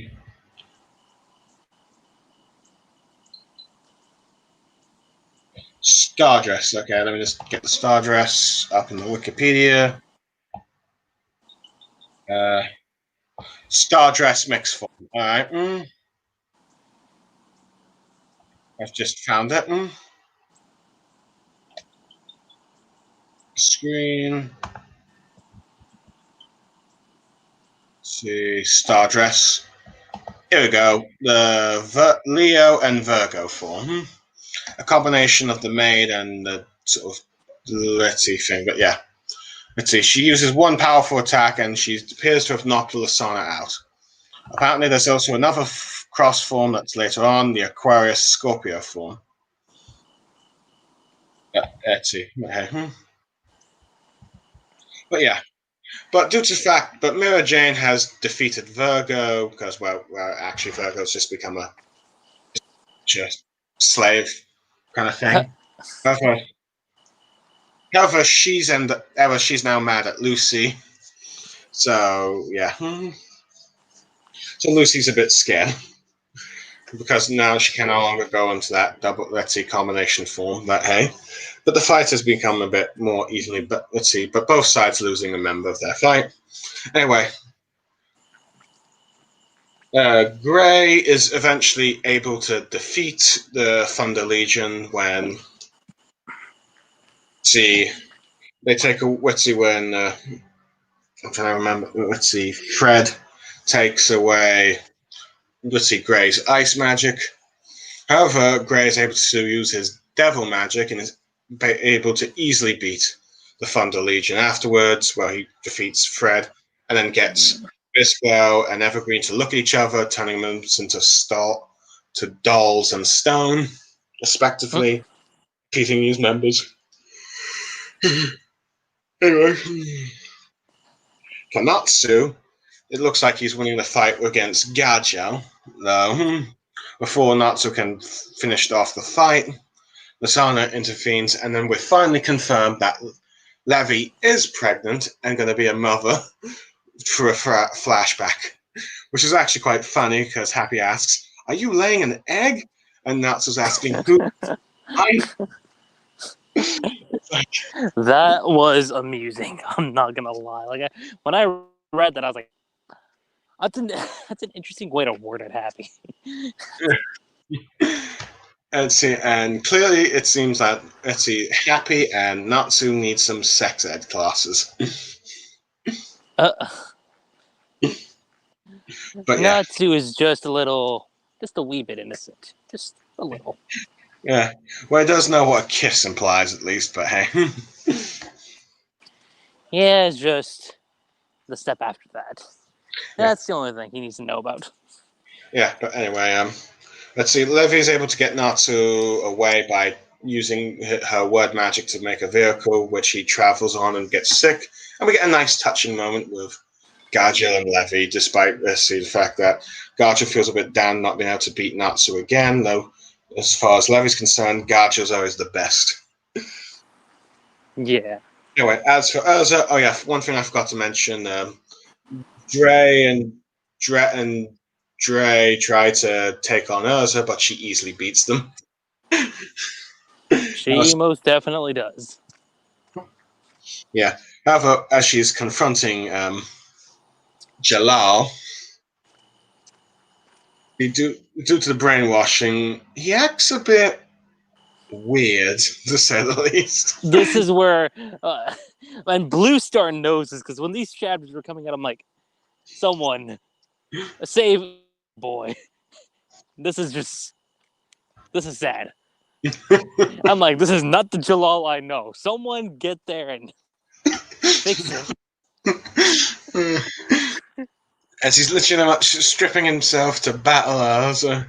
And I was like, what is that? I'm like, no. And Urza's all like, what's going on? Thankfully, it didn't last as long as I thought it was going to, because I was like, yeah. Well, granted, Urza does originally try to take advantage of this by going into all the sexy cosplay outfit she has, with like the bikini, bunny, even the sex appeal one, but apparently it goes a bit too far, as it looks like Jalal's ready to, embrace her. Yeah, I mean, I'll say this. It was probably the fact that we had to wait like every other week for the. But I'm sure, like, if you read it now, it probably isn't like as bad. But Let's see. Well, it's not monthly wait bad like you do with Barto, but you had to wait every 2 weeks to find out what was going on. yeah, it's kind of the same way how a lot of people are with vigilantes. But but let's see. It looks like let's see. But however, let's see.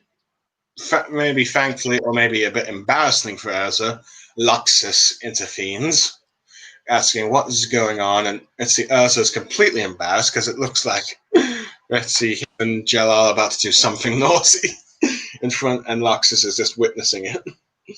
You're right. However, Luxus is a bit annoyed at Jalal because it's like, focus on the mission. And just as Jalal says, let's see, my priority is turning Urza white. That has a lot of context to it. That has. Oh boy. I mean, it might look simple when you read it, but like if you think about it, it's like, there's a lot of context ways that you could put that, Jalal. Mm-hmm. There's a lot. Yeah. Yes. Though it looks like Jalal and Luxus are about to clash. However, let's see. The De Labos members. Let's see. I think I forgot to mention this. There's a scene with the three of them, I believe, having tea. Let's see. Yeah. Let's see, tea. Yeah. Let's see, commenting about the size of this dragon. Let's see. All that stuff and how to eat him.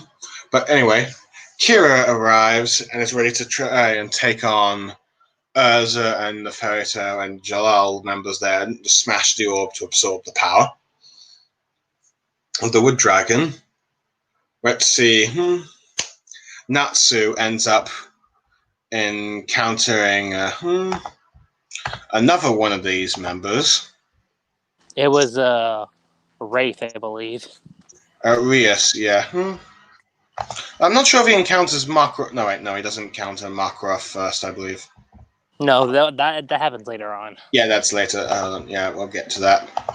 But yeah, Rias, this member here, was apparently, let's see, the Spirit Dragon. Yes. Let's see. Getting to let's see, Lucy's battle. Let's see. Loki's been taken out, but Lucy has swapped to new celestial spirits, Gemini, I believe, and turns turns Gemini into Lasana. Funny enough, Gemini is the zodiac I'm born into, by the way. But hey, let's see. And Mira Jane's is that she cannot harm Lasana, even if it's a fake. Wait, let's see. Kind of think about who was Elfman fighting, because I think was. Do you recall who it was? Not necessarily, no. That's the one I'm kind of drawing a blank on. Let me just check chapter 334. Let's see if I can find it. Let's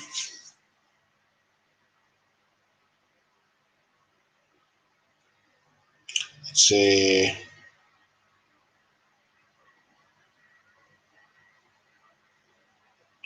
Let's see. Hold on, let me just.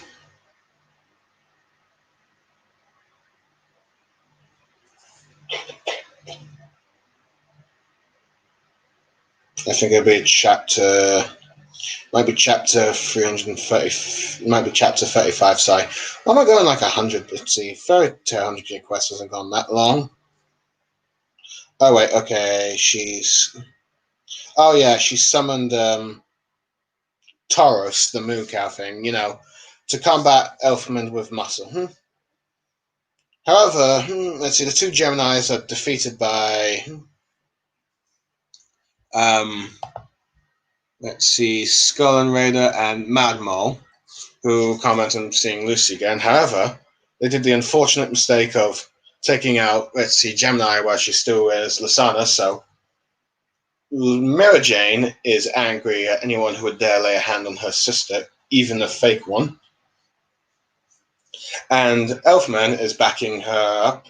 So pretty much you have one of the strongest, one of the two strongest female mages in Fairy Tale, and her, let's see, and her brother, let's see, who should be around Natsu and Gray's level, at least, taking on these two dragons eaters. Now, let's see. Now you're probably wondering why I haven't mentioned Wendy yet, which I probably should have sooner. But as she is arriving to her orb, all the remaining members of Fairy Tale are stuck in these sticky webs. Let's see, and it's revealed that the reason this is because they encountered the clinging dragon, or well, the sticky dragon, Nebrara. Lucky Chi is still there. I'm still here. Checking. Oops, but yeah. This sort of this dragon eater who has let's see who's quite has quite the appetite for eating dragons. In fact, he wants to eat Wendy as he wraps her in a cocoon and destroys the orb. Wendy is stuck fighting him in the cocoon for the most part.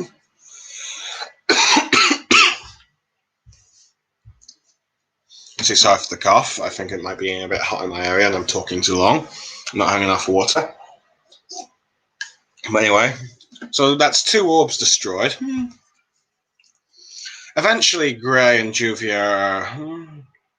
I think Lucy eventually flees the scene and then runs into Kana, who's drunk and tries to use the fairy glitter on them. So they try to use her magic cards to seal the fallen members as a way of getting all the knocked out ones, incapacitated, so they don't have to deal with them later and carry them around a bit. Though granted, it's revealed that Kana did not actually was not under the White Mage's spell. She was just super Playing drunk. along. Yeah, that too. That is definitely another thing that happens. Yeah. So it's for that bit. So yeah. So they go back to Mira Jane, and the fight is stalemate there. But I might be getting a bit ahead of myself. I'm not. Let's see.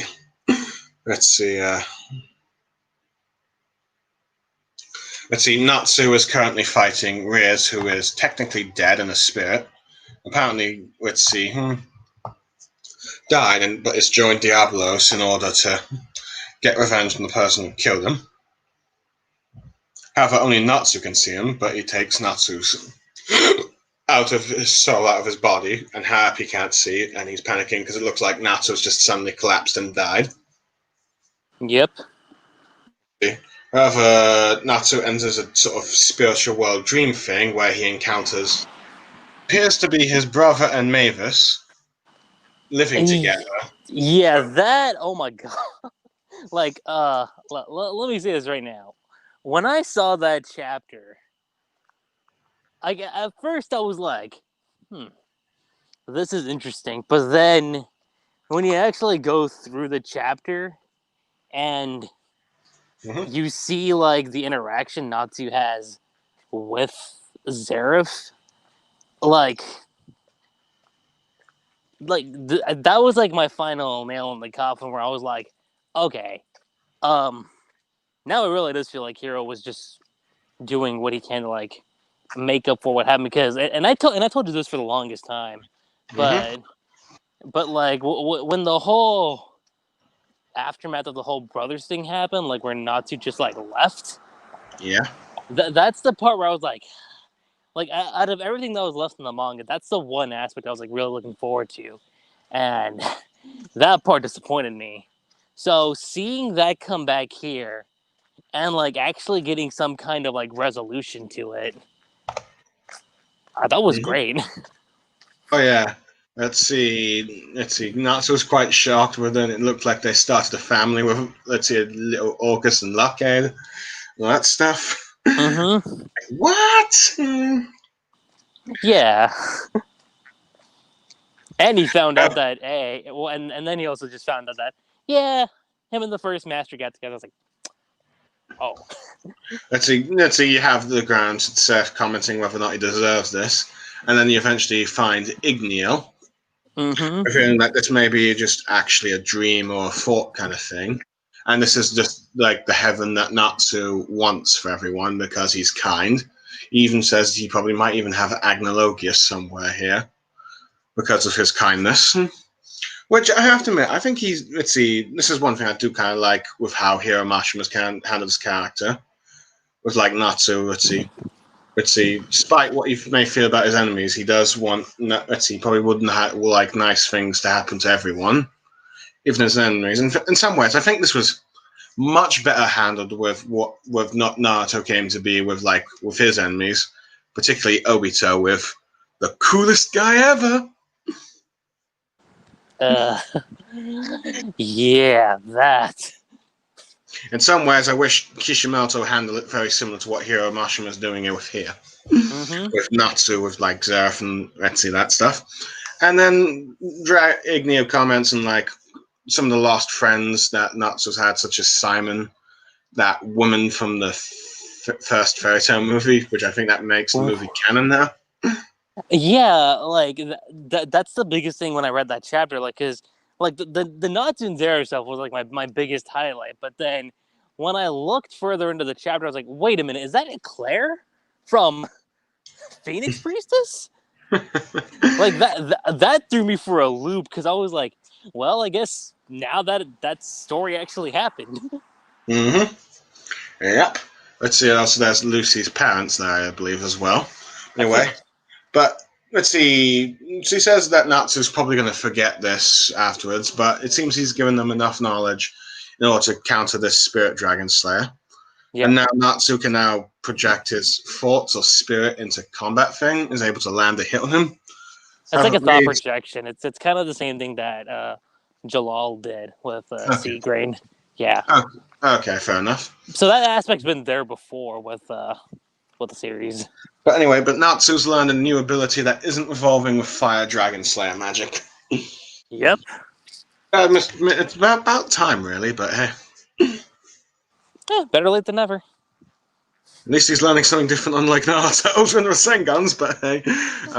Sorry, let's see. Anyway, Rias, he's able to now hit Rias, so Rias now decides to possess someone. Let's see, and he possesses Happy, however, Natsu just still hits Happy. I know. With Rias coming in, how cruel are you, attacking your own friend? It's like you're possessing my friend. I'm just making sure he's free. I'm like, that's accurate. That's pretty accurate. True. Well, granted, I think this is the first shonen protagonist to hit their ally since Bobobo. Yeah. Yeah, it is. Yeah, but let's see. But Rias realizes he won't be able to beat Natsu Happy, leaves in search for a body that he's either familiar with or has a good connection to, and he ends up connecting with Makarov. Yeah. So, yeah, which he's very powerful in, giving Natsu quite the run for his money. I think Natsu's back in his original body at this point. Or is he not? I think he is.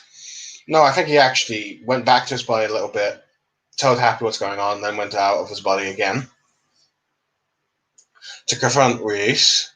As the fight goes on, Reese eventually figures out why he seems so familiar with Makarov, and then it's gone to a flashback with like Makarov in his younger days with his team, which includes the former member of the Magic Council, Bart, the former member, the founder of Blue Pegasus, the founder of Croto Cerberus.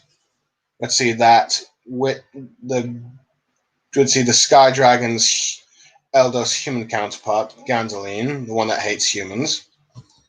You see those two, and I think you get a few ship teasers that Makarov and Gandoline might have a relationship, or had a relationship.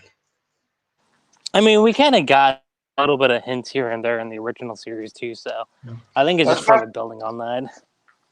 Now, it's never really been implied who Luxus's grandmother is. No, it isn't. No, I'm not sure if it's her, to be honest. Anyway, we get some jokes about how some of them will probably leave the guild later to either get a job in the council or create their own guilds. However, a member of the guild is dying from a battle with an enemy, and it's revealed to be Reese, who was a member of the guild and their friendship and stuff. Once he realizes this, let's see, he's able to move on. Let's see, no longer seeking revenge to focus killer, and having a final goodbye with Makarov, he's able to pass on. And so, the first member of the Diablos Dragon Slayer Guild is defeated/dead, and Makarov is taken out of the picture in the fairy tale civil war of sorts.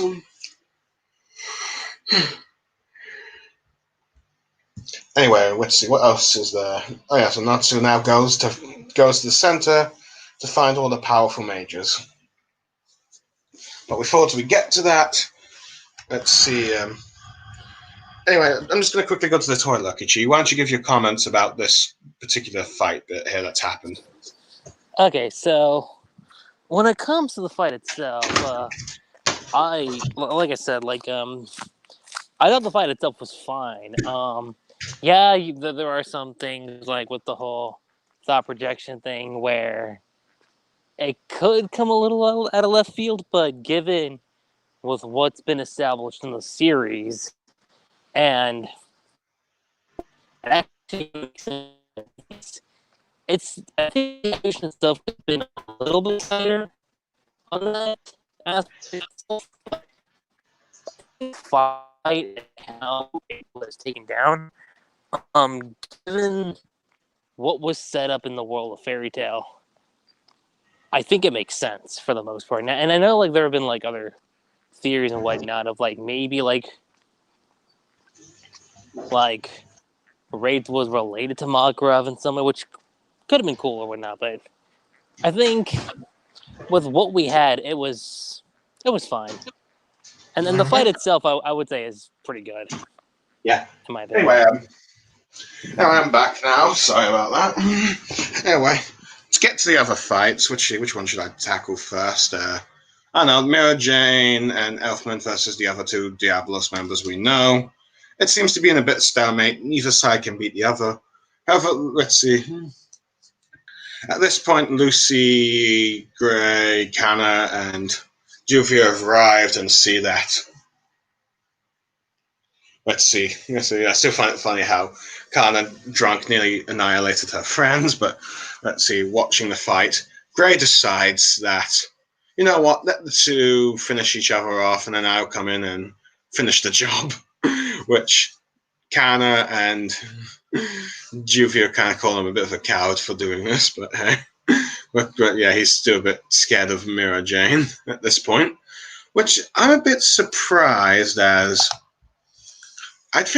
you'd think at this point Natsu and Gray would be on the same level as Urza, Luxus, and Mira Jane at this point in the series, but hey, oh well. I guess fairy tale status quo is fairy tale status quo. You still there, Lucky? Hello? Yeah, I'm still here. Okay, sorry. Anyway, yeah. Moving on, I've been leaving this fight out for too long. Luxus is now fighting Kiria. Meanwhile, Yep. Jalal has kidnapped Urza and taken away from the fighters for their own safety. Let's see. Jalal at first tries to restrain Urza to tie her up and turn her white. However, Urza uses to advantage their past, saying that, I don't want to be tied up like this. It reminds me of the tower, which Jalal undoes her, which then Urza, taking off the bandages from her top, which gets Jalal a bit naughty thinking. She ends up tying up Jalal and even blindfolding him. However, Jalal thinks Urza wants to do something naughty or kinky. Save him. Someone save him. And Urza's like, I can't believe you at this point. But anyway, she goes back to Luxus and Kira. By the time I think she gets back, Luxus has already defeated Kira, though I think what I find interesting about this, well, I'm not really I'm not too upset about this because the way it happened. Let's see. Luxus using his red lightning dragon mode thing, and Luxus commenting that he's not in the guild because he's strong, he's in the guild because he's weak. And as a result for this, you end up having Kira falling for Luxus, in a sense. Which, I'm not gonna lie, I actually kind of dig it. I actually kind of dig it. Who knows? Maybe maybe Heroes finally found the ship for Luxus at long last. Well, then also just considering like what's happened. There was when that happened. I think it was Hold on. towards Could you repeat that, the Lucky end of Chi? You sounded Lucky Chi. Could you repeat that? You sounded a little static. Lucky Chi. Lucky Chi. Could you repeat? Yes. Could you repeat that? You sounded a little static. Okay. Okay. I was just saying that, like, which if you look at it, there was like another follow up to that. If I think like either at the beginning of the next arc or say like towards the end of this arc, if I remember correctly. Mm-hmm. But hey, It's what it is. I feel like Bloxus now does have a potential romantic partner. Yes. Mm-hmm. Anyway. Let's see, where should I go? Okay, let's see, I can't remember the order exactly, but let's see, the two dragon, I'll go to Wendy now. Let's see, Wendy's fight against Nebrani. Let's see, I've left this fight going on long enough, but hey. Eventually, Wendy gets the upper hand in this fight. It's even going Dragon Slayer mode, but let's see. Granted, this might be when they're deciding to retreat. However, Nebrai doesn't want to. He eventually goes into Dragon Force mode, which apparently is forbidden for Dragon Slayers of the 5th generation because they turn into dragons, as you can see here.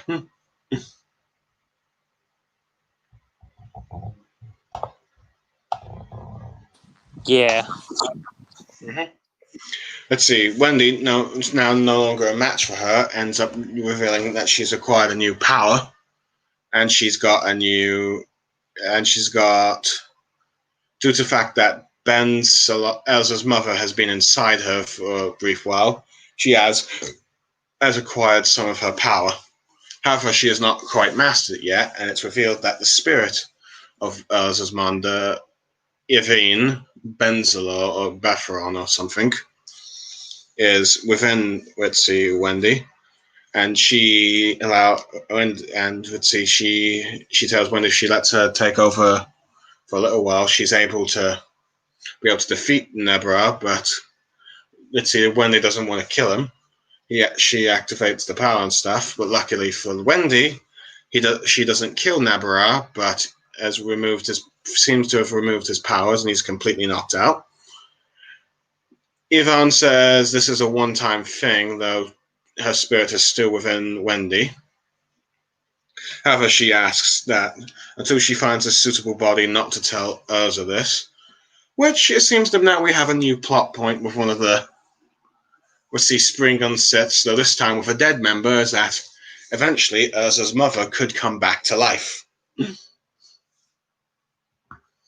So what are your thoughts on that, Lucky G? Which again, kind of furthers my point. Is like this does seem like it's like Hiro's way of making up for how the last arc went. Mm-hmm.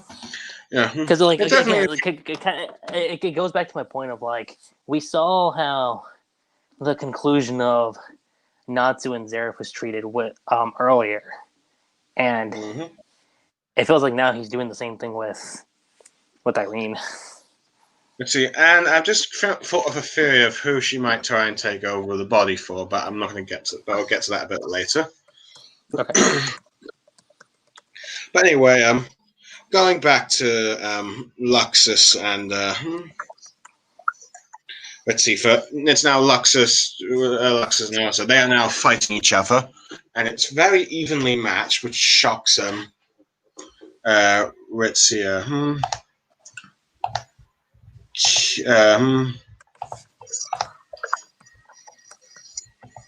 okay, I didn't share. Let's see. Was I sharing the screen for?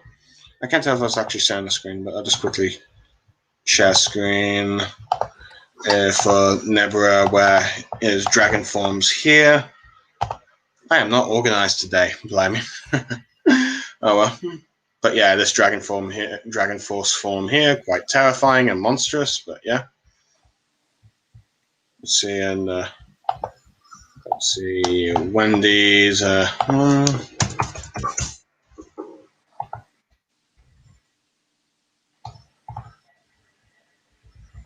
Wendy's. Hey,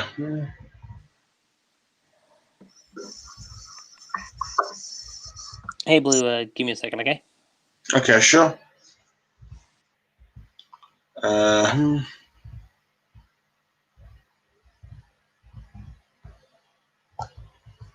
Let me just go to image gallery. They'll put it in the manga gallery. Damn it.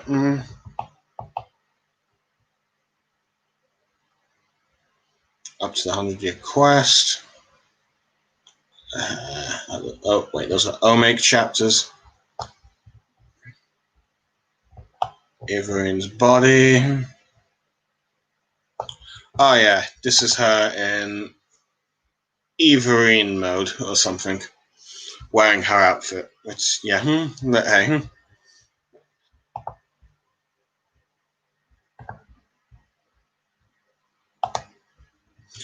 Anyway,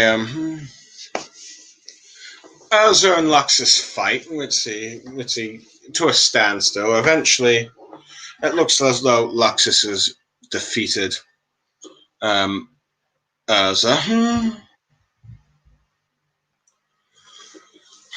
Right, wait, you back? Yep, I'm good. Okay, fair enough. Anyway, where was I? Ah, yes. You were on talking about Urza versus Luxus. Let's see, Urza using her powerful suits and even using, let's see, equipped magic in which see lightning armor with Grey and Nuts' abilities. And let's see, Lux is using lightning. It looks like Urza ends up losing the fight, but she's glad because now there's someone strong enough to protect the guild while she's away. However, Luxus comments that I was about to say the same thing for you, and the fight between the two is a draw.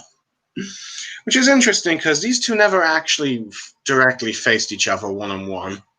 No, like that's interesting. Yeah, I know. Like I thought about it, and I'm like, I don't think they've ever fought before. So that's there might have been a brief scene in the fighting festival arc, but anyway, Kira destroys the third orb, I believe. Was it the fourth orb? Mm-hmm. I think it's the third one. Anyway, Natsu arrives to where the middle, let's see, orb area, where he meets the White Wizard, Toka, knocked out. However, she awakens, and let's see, going back to, let's see, after the two dragons eaters retreat, and let's see, Grey goes off to finish, let's see, Mira Jane and Elfman. So I'm getting the order wrong here, folks. I mean, it's been a while since I read the chapter, but I'm just telling it as I can remember it. Let's see. You get some teasers from Carver, Kana, and Juvia about how, let's see, Toka's in love with, let's see, Natsu. You're not careful, you lose your love. You lose your love. You get a new love rival. However, Lucy isn't too bothered about it. A little annoyed, perhaps, but she just feels a bit sorry for Toka because she knows Natsu isn't really into that sort of thing. So, yeah. Yeah, no, he's not. However, it's revealed that Toka is, in fact, is in love with Happy, and she accidentally mistakes him for Natsu due to the fact it's revealed in the flashback. Happy was Ritzy carrying Natsu, so it looked like Happy was riding a dragon, in a sense, with Natsu. So she's fallen for him, but Happy's wondering, wait, why is a human falling for me? And it's revealed that Toga is actually apparently an X-Seed. Which actually goes to show you how far back I was hinted at. Because I know it was like, wait, what's the tail supposed to be? It's like, cat.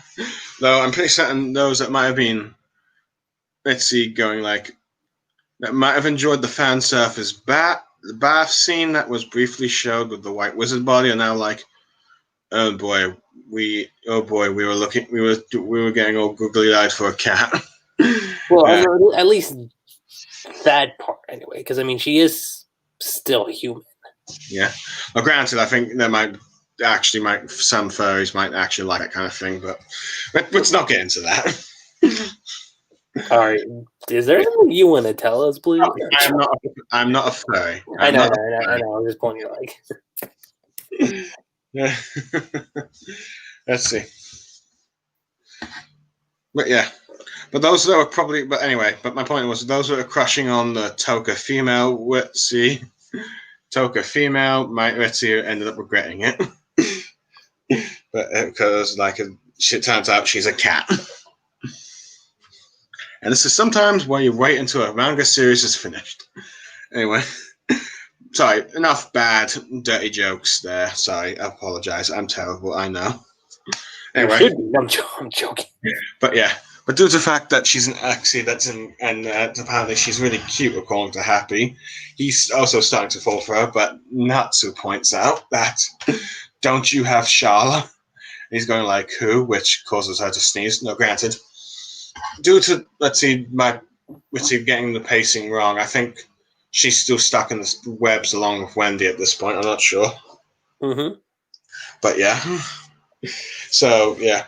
So Toka reveals what the White Wizard's planning to do, that she takes over now and then and prefers a human body. Yeah. Granted, but yeah. However, the White Wizard's taking over again, but Toka says she's glad to have met Happy and all that stuff before being completely possessed. The White Wizard tries to steal Natsu's power, but I think Happy throws the orb at her, and they learn that she cannot touch the orb because it damages her. So they're able to get away, and I believe they end up encountering Wendy, and they go back. However, I think at this point, I should probably mention during this time, the team of Lucy, Gray, Juvia, and Kana have already captured all the defeated members or weakened members of Fairy Tail, commenting on who defeated who, and I think most of them comment, yeah, Natsu did this because of the burns, all that stuff. However, before Wendy, I think Natsu can arrive with the Wendy to try and to deal with Toka. I'm trying to remember. Mess, the teleporter. has, arrived to her and destroyed the orb. The White Wizard realizing, oh, why didn't I send this guy in the first place?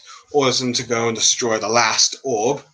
He does, and Alderaan starts to awaken. And it's revealed that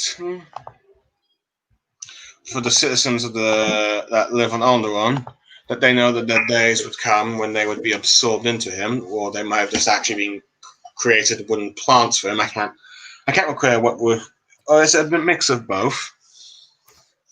They get absorbed to awaken his full-on power, and when he does, he will destroy the world or something. However, the White Wizard did not, and the dragon, did not know this was actually going to happen, as she was told that if she destroyed the orb, she would absorb their powers. When she learned from this, and from what we end up seeing, the person she learned this from, is a woman who at first is taking a bath because, well, this is Hiro Mashima. And it's revealed that the person that she's taken this from, this advice from, is Selene, the moon god, the moon dragon god. Yep. Form. Which, by the way, part of me is wondering if Evine might actually take over this body. Then It's again, possible. It's definitely possible. But then again, I'm not sure if she wants to be in a dragon's form again, a dragon body again after 400 years of suffering inside him. But yeah. Who knows? But yeah. So we are introduced to the fourth dragon at this point. Let's see, the moon god Selene, who lied to the White Wizard because she thought it'd be interesting because of the entertainment of the wood dragon coming to destroy the world. Anyway, Alderaan awakens. At the same time, the White Wizard has been separated from Toka, and all the Fairy Tale Guild mages are no longer under her spell. So everyone has returned to normal, much to Lucky Cheese relief in terms of Jalal. Thank God. Oh, thank you. As he's wondering why he's tied up there. Granted, I think Kira tries to eat Luxus, though granted she probably left before then, but told that by other members that he's possessed by the white mage. You eat him, you get possessed as well. So they pretty much retreat with with one member's status unknown and another member dead. But the bad guys retreat once again. Still not one of them is defeated and the others are left to a standstill or draw with the Mira Jane and Elfman. The main guys from Team Nuts are still yet to defeat them. Anyway, where was I? Oh yes. Anyway, Alderaan has awakened and he's ready to and the Continent's army has sent their own magic council there has sent an army to try and destroy him. However, he easily obliterates this army in order to show off his power.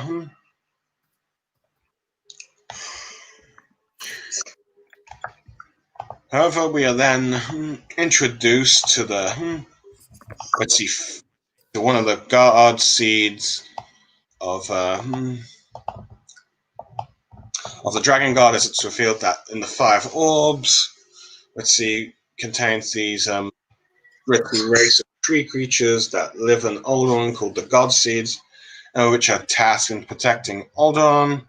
And the first member we end up meeting, is Wolfen, who has the ability to read minds and then turn into the strongest person the person is thinking of. For example, with Kana, it's guild arts. For most of the fairy tale mages, it's Makarov. So, in a sense, you got an army of Makarov chasing all the fairy tale members as they're fighting them. As all the weaker members got touched by this tree because, well, the stronger members are trying to avoid them as much as possible. But granted, they do all have like a sort of leaf plant thing on the top of their heads. So yeah. So yeah, while you have the members of Fairy Tail battling like many trees and Makarov, let's see, like that, you have Natsu confronting, I think, the main Wolfen, who turns into, who when he touches Natsu turns into Happy. Let's see, which Natsu still easily obliterates because. And the guy goes, "What is wrong with you? Why do you treat your friend with this?" And Natsu points, Happy's probably the strongest I know, just due to the fact he seems to endure all the beat-ups he does. It's quite funny, actually. Lucky Chia there. There. But eventually, Natsu thinks of a clever way of how to defeat. Let's see, Wolfen and even Adon, and has him take over his mind, because before that he was just burning all the trees before they can get to him. And then he has Wolfen transform into Zeref. And at first he thinks Natsu's foolish for letting him think of the most powerful black wizard of all time. But then let's see, Natsu points out, you must really care for Oldon, which he says, I guess I do in a sense. Unfortunately, he ends up activating Zeref's curse, the Arkansun or something. And then it starts killing off Oldon. Well, let's see. So it's like, as he did not realize that Zeref had that ability. And now is trying to reverse it. Natsu's running for his life, is complimenting his own cleverness, but also feels a bit guilty of using his own brother's curse in order to destroy his enemies like this. Which I have to admit is a very nice character moment for Natsu. It is. I am very surprised by Natsu's character in this series so far. However, Wolfen is eventually forced to withdraw, or something like that. Maybe, I'm not sure if he was killed really, but hey. And then Natsu is dragged inside to what appears to be Aldrin's brain, and ends up meeting the leader of the God Seeds, called Aldrin, who looks like a oops. Oof, nearly closed the thing, then I would have closed the stream thing. That would have been awkward. Alderaan, who is the leader of the God Seeds, and seems to be also the personality of Alderaan himself, as he's quite cool and stuff, and the most powerful of them. And he's sort of like the brain. Anyway, we are then also, sorry, let me just close this down. Introduced to the other, God Seeds. Metro, the muscle, and the one who commands an army. As he's taking on members of Fairy Tail, particularly Gray, Lucy, Gadgel, and Levy's group. Meanwhile, you have Gears, who is considered the tactician, is facing Loxus and Jalal, who has returned to find out what happened to Urza. They don't remember what's happened, but they're going off but they assume that Gears is the one who done it. And Wendy and Carla encounter Doom, one who has the ability to bring death to others. You still there, Lucky Chi? Lucky Chi? Continue on for a bit. Okay. Okay. Anyway, as Natsu is fighting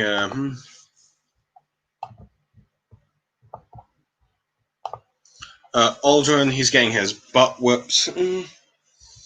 However, let's see. However, each of the members appears to be struggling a bit. Let's see. Garju and Co. fighting, let's see, Metro with everything they have. With his muscle creation, with his golem creations. Who keep on coming. Jalal takes on Gears, and Wendy takes on Doom, who has the Fate of Death, which I believe allows magic spores. That if they touch you, you will die after 60 seconds. Eventually, one of them touches Wendy and stuff. It looks like she is going to die soon. However, many of the minor members of the Fairy Tale Guild... Oh, let's see if I can find... Let's see... Let me just find the names. It's been a while since I've said all their names.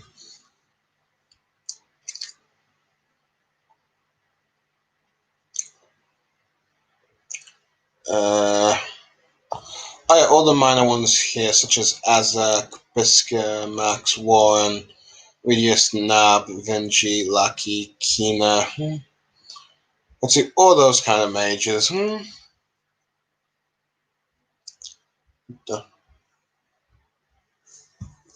They arrive to help Wendy. Wendy uses the last of her strength to, to increase their magic, give them the ability to slay dragons as well, for temporarily. They all work together to take down Doom, eventually killing him. And that's 2 of the 5 God Seeds defeated. Meanwhile, as Gray's group continues to battle Metro, Juvia tries to use her water abilities on him. However, he has water-absorbing abilities and can absorb any water, including being to turn to water, as he possesses Juvia, who's now sort of attached to his body of sorts. However, Gray is not giving up and vows to protect Juvia, in a love profession. And Juvia getting all blushy, ends up getting who seems to be powered by her emotions for Gray, being in danger, and let's see, some words of encouragement. Getting so flustered that she ends up boiling herself. It's too much for Metro. Eventually, him, Gray, and Juvia work together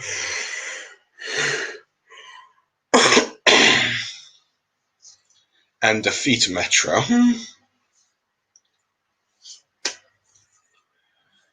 Let's see, which now leads to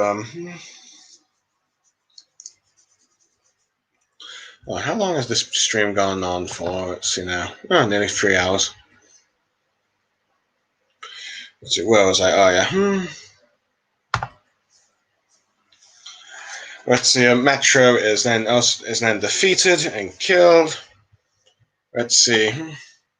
So all that's left of the 2 Guardians is Gears.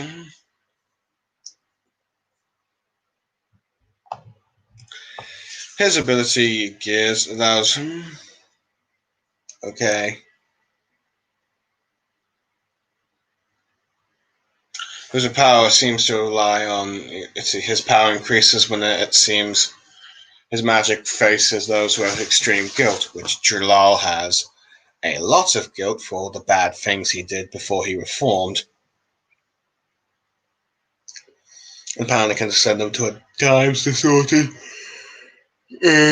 Well, sorts. However, Jalal is eventually able to defeat Gears by accepting that the things he's done, and while he still feels guilty about them, he will not let them define him or consume him, and eventually he defeats Gears. After these, let's see, most of the 4 Wood Dragon God Seeds are defeated. The final one Alderaan's power has weakened significantly, allowing Natsu to damage him. However, meanwhile, the fairy tale members with like Garjo and Grey and all that stuff, and Lucy encounter Brandish, who went about searching the place for like taking a break there. Offers to turn Gadgel into a giant, but this can only last for like a few minutes in order to fight Alderaan because he's a dragon. So you have giant Gadgel versus Alderaan for a bit, which is quite a fun bit. It's fun enough in this fight. Alderaan sort of uses some sort of thick of arms, which allows him to throw massive sharp forms, which he aims at the members of the Fairy Tale Guild on the surface, no longer on his body. In a sense, it's a very similar manner to which Obito used the Ten Tails to kill Neji.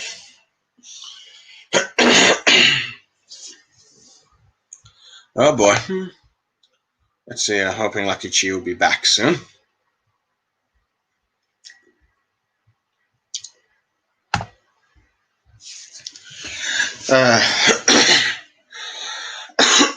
Hold on, people, let's see, just give me a minute. I'm just going to refill my cup as I need a drink.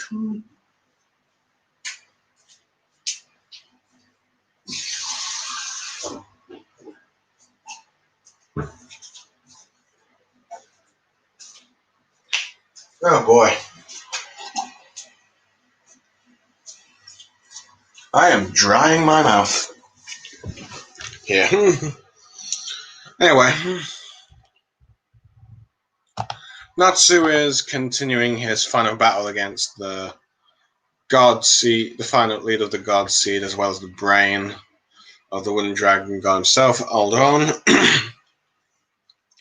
in which he learns that the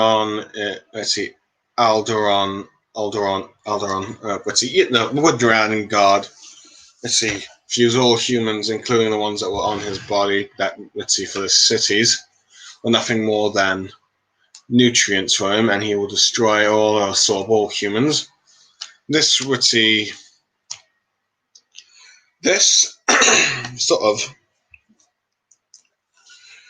gets rid of any reluctance Natsu might have about killing the Wood God Dragon, as he'd wondered whether or not he was a good guy or not, like the Water God Dragon. Eventually unleashes his flames, and they become so powerful enough that they burn Alderaan, and then finally they kill him. And so the second dragon has been defeated, and this one has been killed because he's a bad guy, in which his sort of seal is removed from the tablet from the insulins here, and he's like, He comments on how mages seem to become really strong over the last 100 years. Anyway, with like the Wood God Dragon defeated, let's see, the members of Fairy Tail back to normal. They all go and celebrate their success and stuff. Oh boy.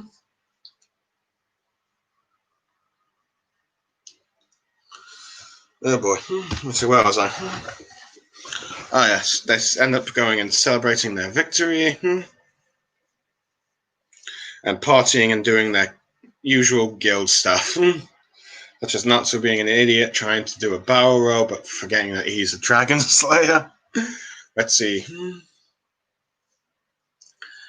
Juvia and Grey becoming so much closer that ends up shocking the rest of the guildmates. However, the Team Natsu can't inform them what everything that's going on because it's part of the quest. So there's that. Let me just actually get, this. Okay. Lucky Chi. Okay, where are you up to? Where was it then I was talking to you, Lucky Chi? You were in the middle of Alderaan.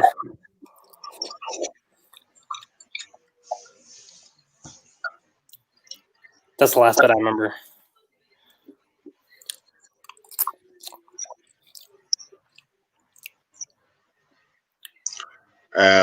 Go on. No, that's route. That's the last part I remember. Like you were like in the middle of this. Okay, I was in the middle of the God Seed. Well, I think I got the bit I was talking to you about. Let's see, I was talking about how the Doom was put a spawn Wendy and she only had like a few seconds left to live. She ended up being saved by all the minor members of Fairy Tail, which she enchanted their magic with.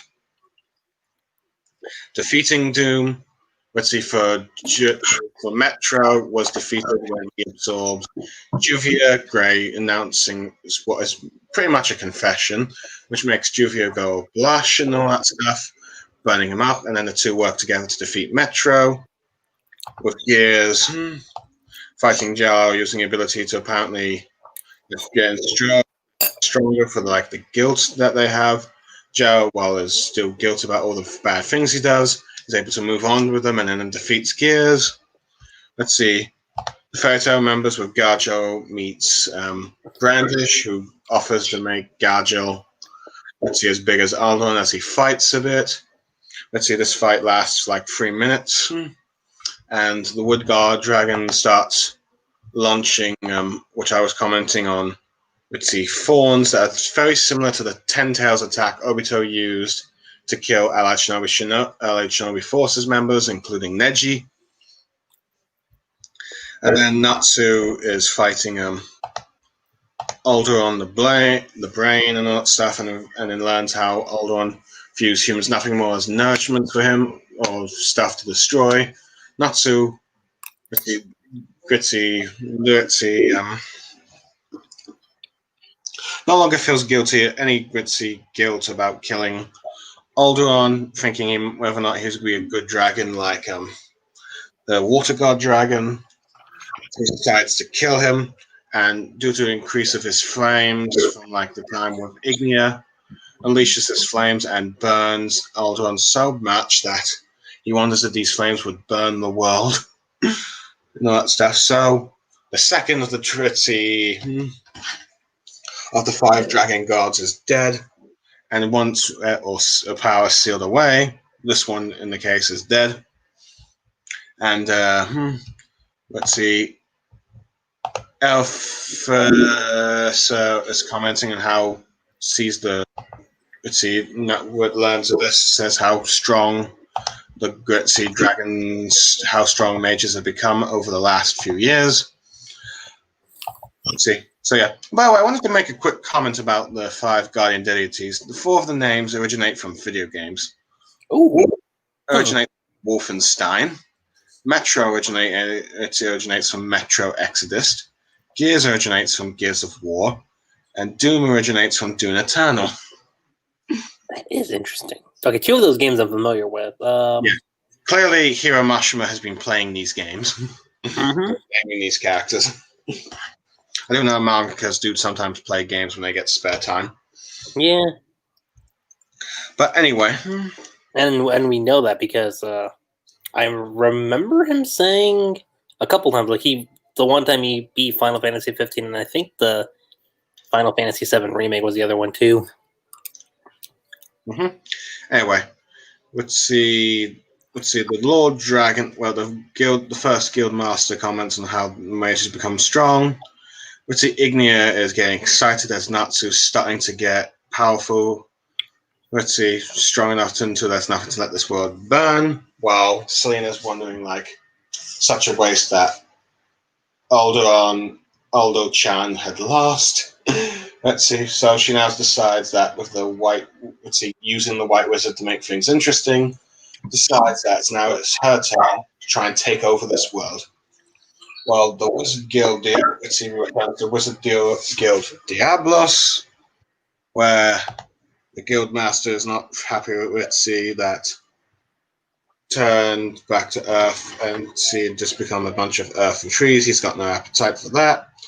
He's also not happy that Nebra has gone missing in action after dragonizing and that Wraith is dead, though Kira points out that he was already dead. but isn't happy that his three members went away just like that and pathetic.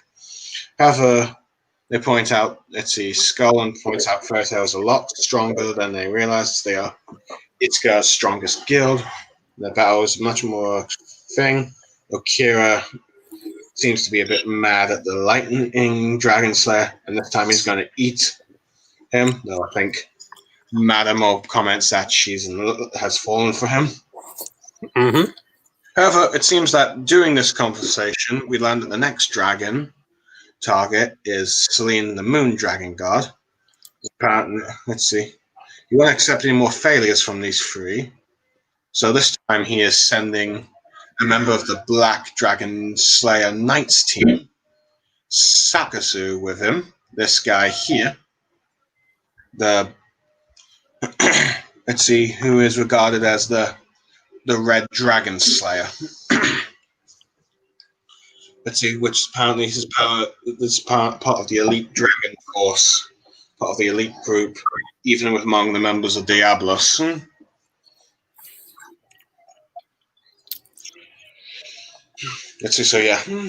Apparently the army that was supposed to look up that watch Aldron that was destroyed showed up.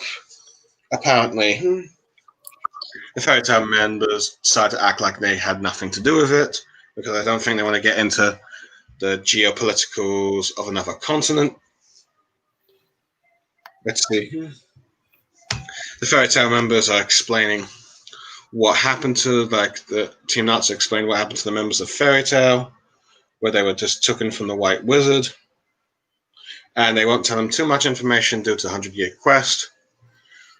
And apparently Toga and the White Wizard are both unconscious still, sleeping. They're not sure what to do with them. Granted, Happy makes comments of what exactly happened between the two. However, Happy tries to tease Carla, saying, "Turns out Toga actually likes me." But Carla doesn't seem to care at all. It seems like every ship is happening except Happy and Carla. Granted, I should comment that Happy was choosing between Carla and Toka. This is true. Anyway, the members of Fairy Tail are celebrating like they usually do. Not doing a barrel roll, but gets dragon sick.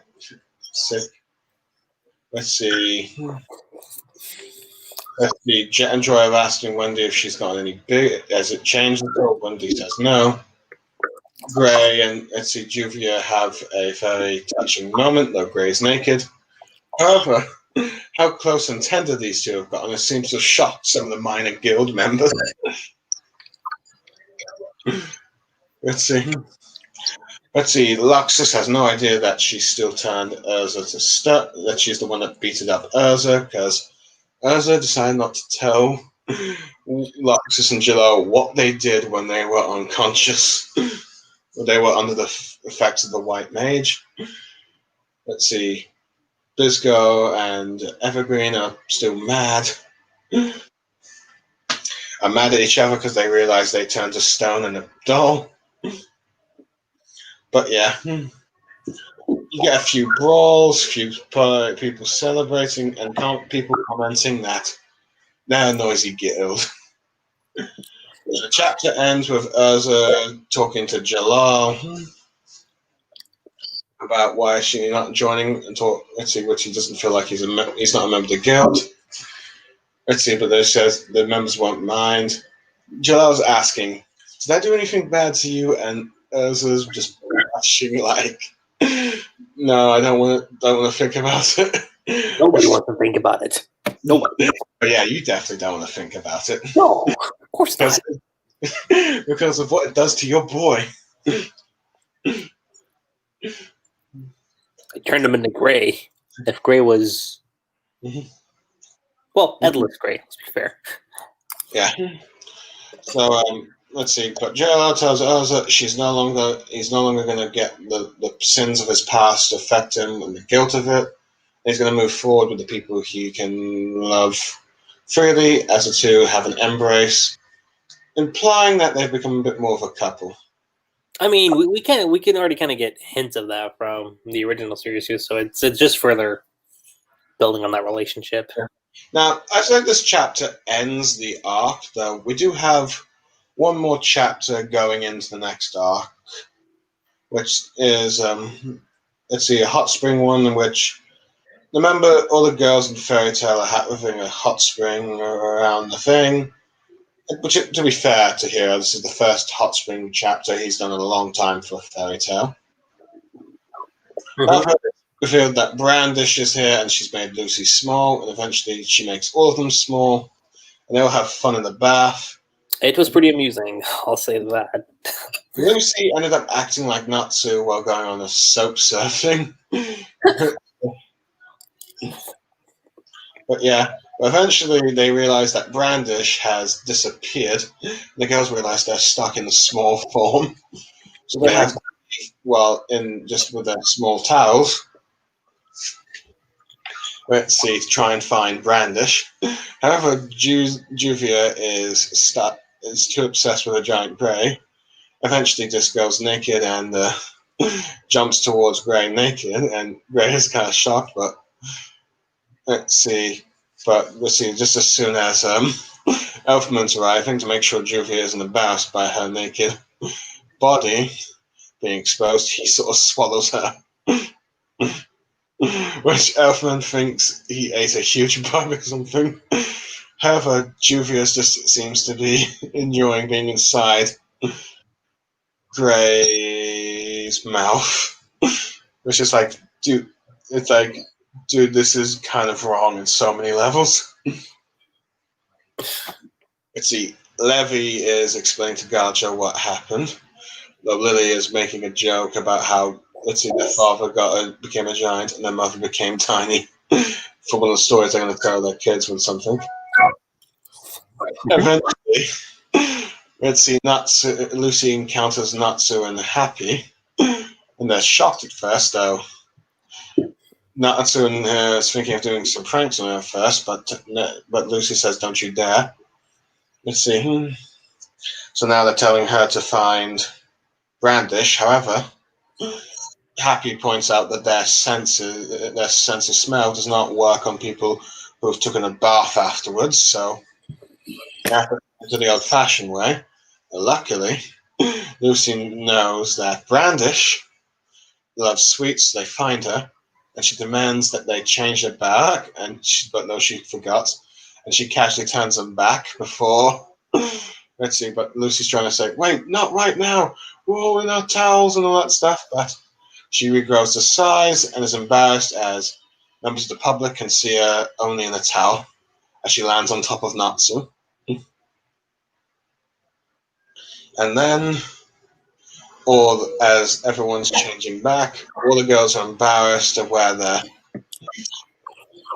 let's see, in their towels, trying to avoid the gaze of men, particularly Mary Jane and Lasana, with Marco and his partner in crime. Ray ends up puking out a naked Juvia. And Elsa ends up growing large naked in front of Jalal again, in a similar manner to the Christmas chapter.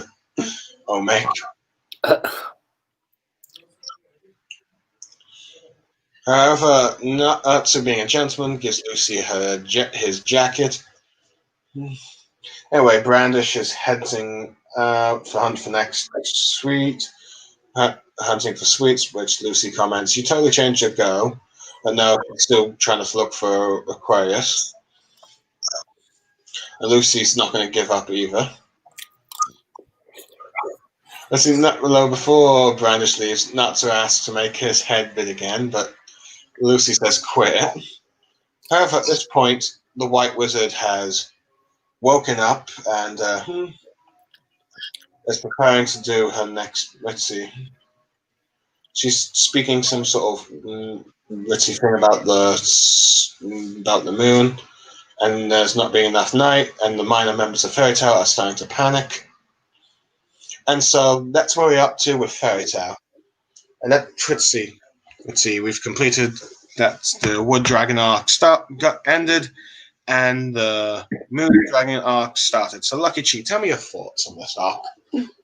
Kind of like what I said earlier. Like, I think so far, like between, like the Water Dragon God arc was really good, but this one I think just took it to a whole nother level with like some of the moments where that we've had from like the previous series, like because I know we had like a little bit of like Brandish and Lucy in like the last arc, which I was like, okay, that's kind of cool, and then a similar thing with Natsu and well now knowing that we have Ignia and seeing Natsu have like a pseudo E&D like phase to him, Mm-hmm.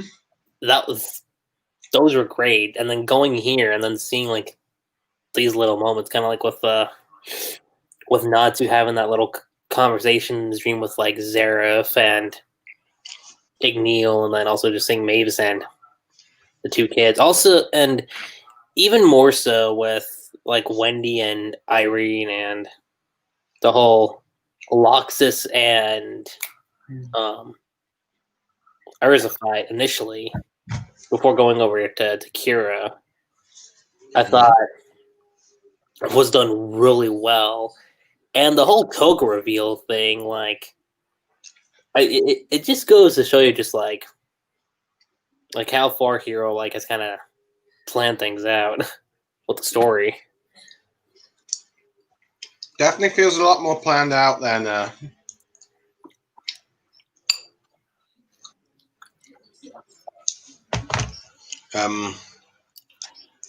Main series. the original Fairy Tale series, but yeah. Mm-hmm. One thing I like that this arc does, it does a sort of, might be a little nostalgia baiting, but it does a bit of, it sort of brings back a sort of Fairy Tale Fighting Festival 2.0 thing with like the mind control members of Fairy Tale, as you had quite a few rematches and quite a few new fights as well. Yeah. With like a balance of comedy and all that with them. Let's see. The stakes are quite high for like Team Natsu, as they are fighting their friends, and they have to deal with the more powerful ones at some point. And if they fail, the friends will die once the White Wizard has absorbed the Wood Guard Dragon's power. However, the Diabolos members are still quite threatening as usual. Well, 2 new members were introduced, and yes, they were defeated in this arc. But granted, it required extremely powerful magic, so it required Natsu was able to defeat Riv from like the help of his the spirit of like Igneo, Surf, or Mavis possibly, or even just his imaginations of them in order to use the thought protection magic. And then with Riz realizing that he was a member of Fairy Tail, eventually passes on, not wanting to face his fellow guild members. And with the 3 members of the Dragon Slayers that we have, Dragon Eaters that we meet, Kira, the Scoldrin, and Malabon. Well, Kira's been defeated. She's not being defeated by the members of Team Natsu yet, and the other 2 were quite good at holding their own against Mira Jane and Elfman. And it ended up in a stalemate for that fight, but they're still not defeated. So even though they failed twice, they still get to go for round 3. One thing I do like about this arc also is some of the more in-depth look in some of the characters. For example, Natsu seems to become, the more maturity I'm seeing in Natsu of how he comments about his own guiltiness about realizing with like the thought protections of his brother, the kindness he has of that. His own guilt of like using his own brother's curse to try and win the fight. And eventually his resolve to defeat Eldaron once he realizes that he's a bad dragon, he needs to die. In some ways, I think he's got more characterization than he did during the first time skip. Because I kind of feel like his character's... It's something that I wish we kind of got to see like after Tartarus. Yeah.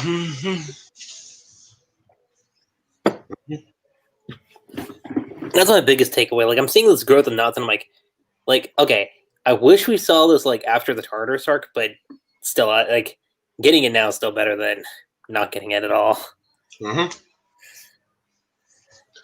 Yeah, but yeah. So I'd say, in some ways, his characterization is going in some ways I wish Naruto would go, but we'll get to that more a bit later. Let's see. The one thing I also like is some of the character relationships that have been done here. For example, I think the biggest highlight is the Juvia and Gray. Yeah. With like the fairy now thing, Gray hanging out with like Juvia's counterpart, realizing his own feelings, all that stuff, and then when they're fighting that one of the god seeds, we see Gray's desire for how to protect Juvia, which she gets all flustered, and they're able to work together to eventually defeat this guy.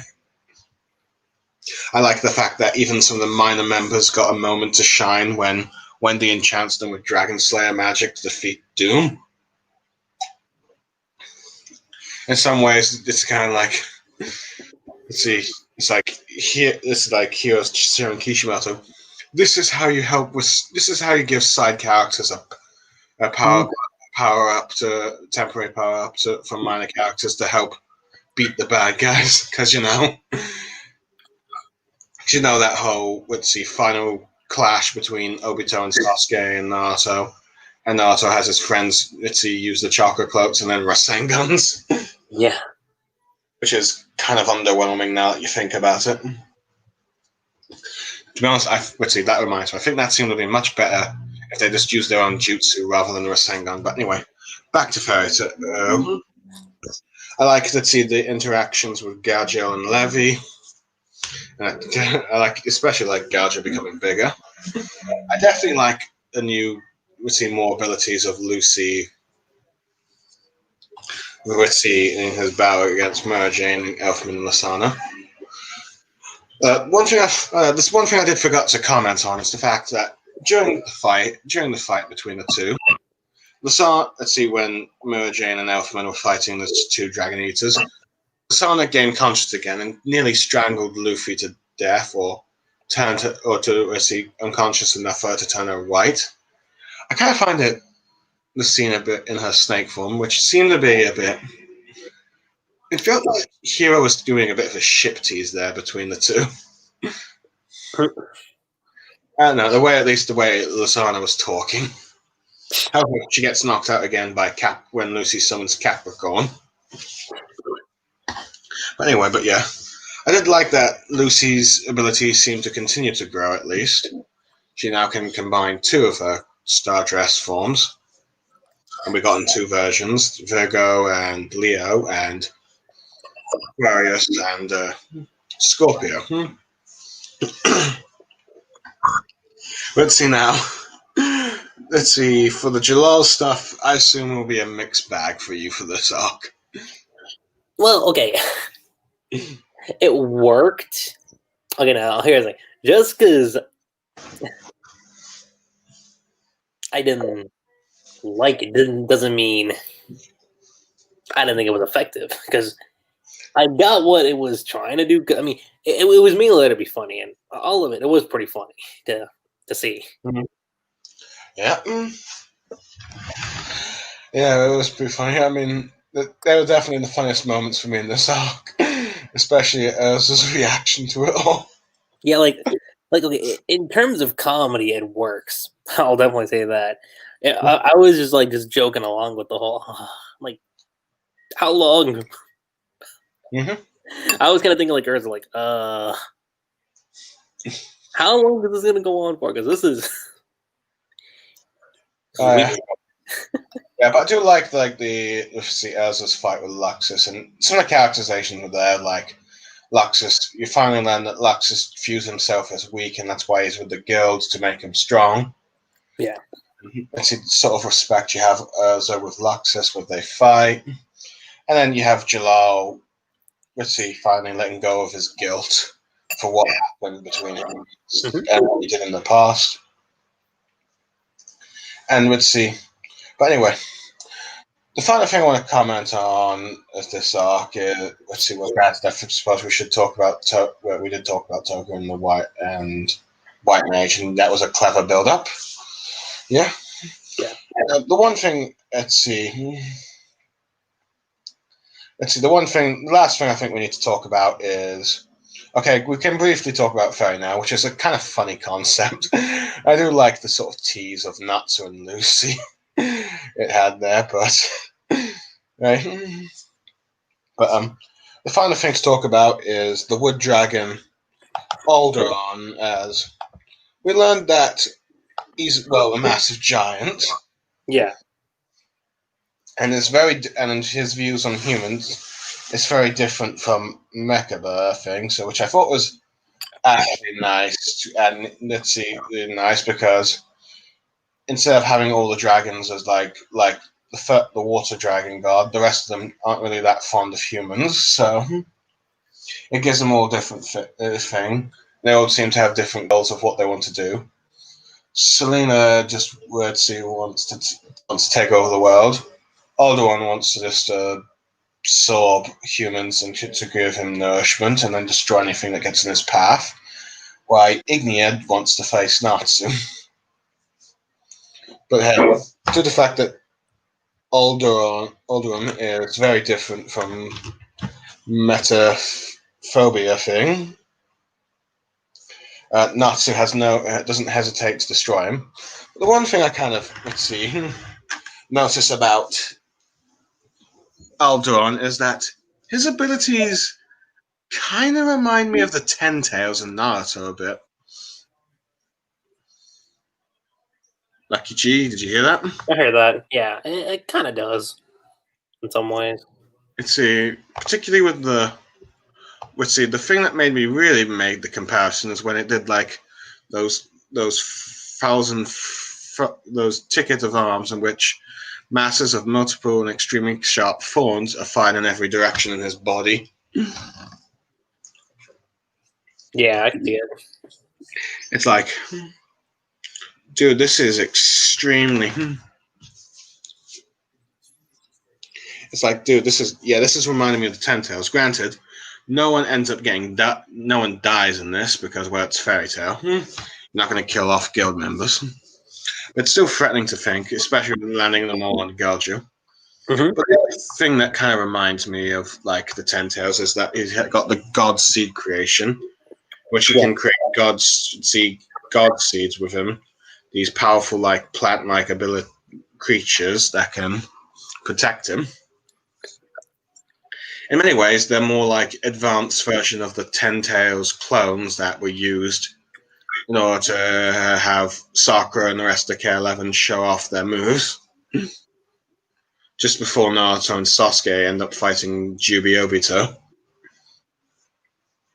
But the main difference is each of them has a different personality and abilities, while the Ten-tailed clones were just kind of fodder, used to just show new moves. Basically. In some ways, perhaps Hiro Mashima think like, okay, I'll use this concept that Kishimoto did with a giant plant-like monster, but I'll make it better. Who knows? Who knows? Maybe this is what. Maybe Kishimoto should take notes from Hiro Mashima sometimes. Oh well, but yeah.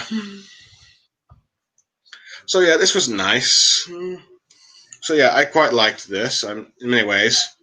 Not to mention the God Seeds allowed most of the characters there to get one extra opponent. You have Natsu versus like the Brain or like Alderaan himself, because it seems like Alderaan and the Seed Brain and the Dragon himself are one and the same, really. While the others are more like proper god deities. They each have their own personality and their own unique abilities, which, hey. So yeah, I say most of the characters got to shine thanks to this arc in Fairy Tail. You're right. And to think this is only the second arc. Yeah, that's what something I find crazy too. It's like what does Hiro have planned for the others? Yeah, let's see. The Water God Dragon arc lasted 24 chapters, and This well, one almost tripled. Not tripled. around 37 to 38, I believe. So wait, it goes up to chapter 62. If I do my math correctly in my head, let's see here. Okay, so you minus 20, that's 42. Minus 4 again. 20. What's up? 47 chapters. Okay, I was a bit off. So nearly double. So nearly double the amount. Let's see here. So 62 minus 24. 24, yeah. So 38, yeah. So 30 Okay, chapters. my mistake there. So Okay. yeah. So yeah. Well, that is interesting because I thought originally it seemed like Fairy Tail 100 Year Quest would do 25 chapters each for each arc, but I realized that was probably silly thinking of me. I mean, it was a good guess, but Yeah. Well, I'm glad that's not the case, as it gives more time to dwell on the characters. yeah. So yeah, at the moment, so far, 2 good arcs so far. I think the bad guys were defeated in believable ways. Let's see. Mm-hmm. Granted, there was a bit of power of love with Juvia and Grey, but I think it made sense in what they did. Oh, yeah. Let's see, Wendy and like the minor fairy tale mage is defeated Doom by working together through her chance magic. Let's see, Jalal, due to the fact that his opponent relied on, let's see, how someone's guilt affected them, was able to counter that by able to Gretzi growing as a character. And Natsu cleverly got Wolfen to disappear after he ended up transforming into Zerf and used his magic. So yeah. And for Natsu, in order to him to beat Alderaan, he stood no chance while he was at his most powerful form. But once the members of Fairy Tail were taking over the guild, the seeds down one by one. Let's see, he was able to, using the new flames that he got from Ignia, was able to burn him to a crisp. Unleashing, I think, he unleashing the fire of Ignia. So yeah.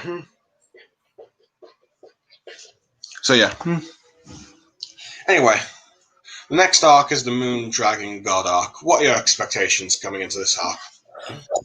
I don't know. That's the thing. Like at the moment, I'm just kind of just curious seeing like what Hiro has in store for the story itself. Well, as we know, the White Wizard has currently woken up. We have to see whether or not she's going to take over, brainwash Fairy Tail Guild members again, or is she going to flee? Or well, you got to remember one thing: like the control off the White Wizard already kind of went away because Celine was the one who was in control of her. So with that now gone, I feel like the White Wizard is just her own entity now. Yeah. Granted, I'm wondering if she's going to try and steal the magic from Fairy Tail again, or she's just going to retreat because she's not in a current state to face them. I have to wait and see. Or maybe she might try and possess Toka again. Which, by the way, that's one thing that I forgot to mention. Toka seems like the mystery of her as an Exceed as, let's see, Charles was questioning her since all the born Exceeds known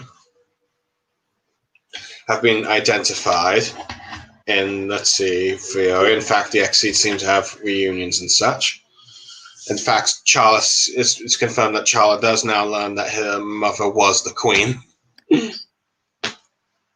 long last, because that seemed to be like a forgotten plot thread from Hiro Mashima. Granted, it was kind of just shoehorned in somewhere, but hey. But let's see, just to explain when talking about Toka, but hey. I like that. For the Diablos, I think for our current trio of Dragon Eaters, I have a feeling that this is going to be the last time that there'll be enemies for the Fairy Tail Guild. Or at least Team Natsu, because I think at this point, they're probably going to be defeated. And then... Yeah, like, I could see Kira, like, potentially switching sides depending on what happens with the rest. But I think they're going to be defeated, and I think, let's see, the Black Dragon Slayer Knights will become the main opponents for the Team Natsu further on, as they are the elite soldiers now. Yeah.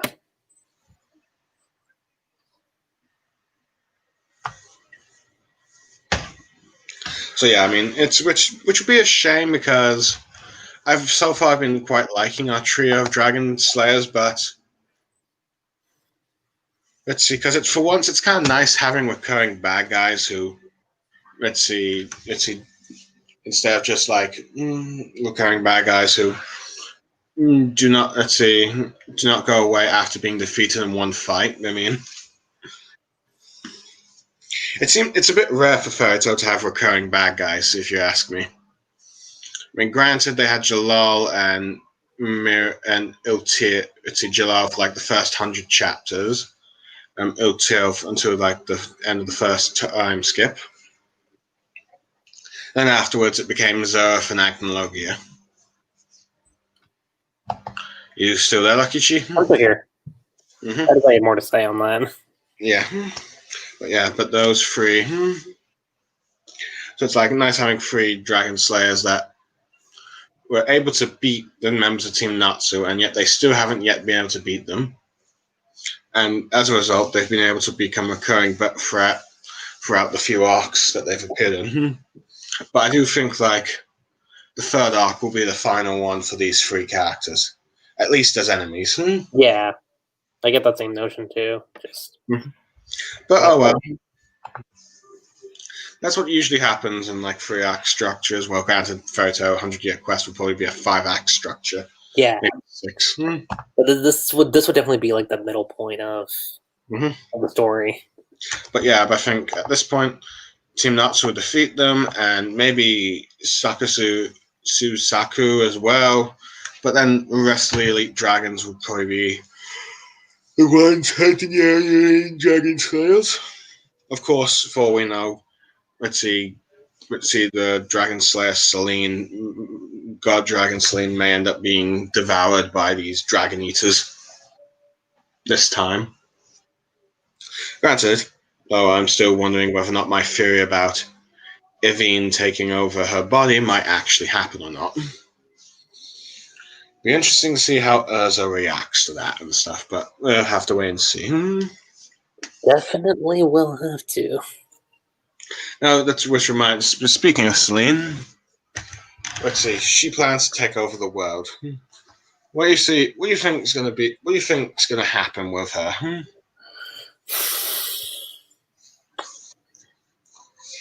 That's an interesting question. Even I'm not that aware of. Fair enough. I suppose that is a bit asking much, because we still don't know what her end game is. But we do know that she's planning on taking over the world. We don't know if she has any followers or such, or...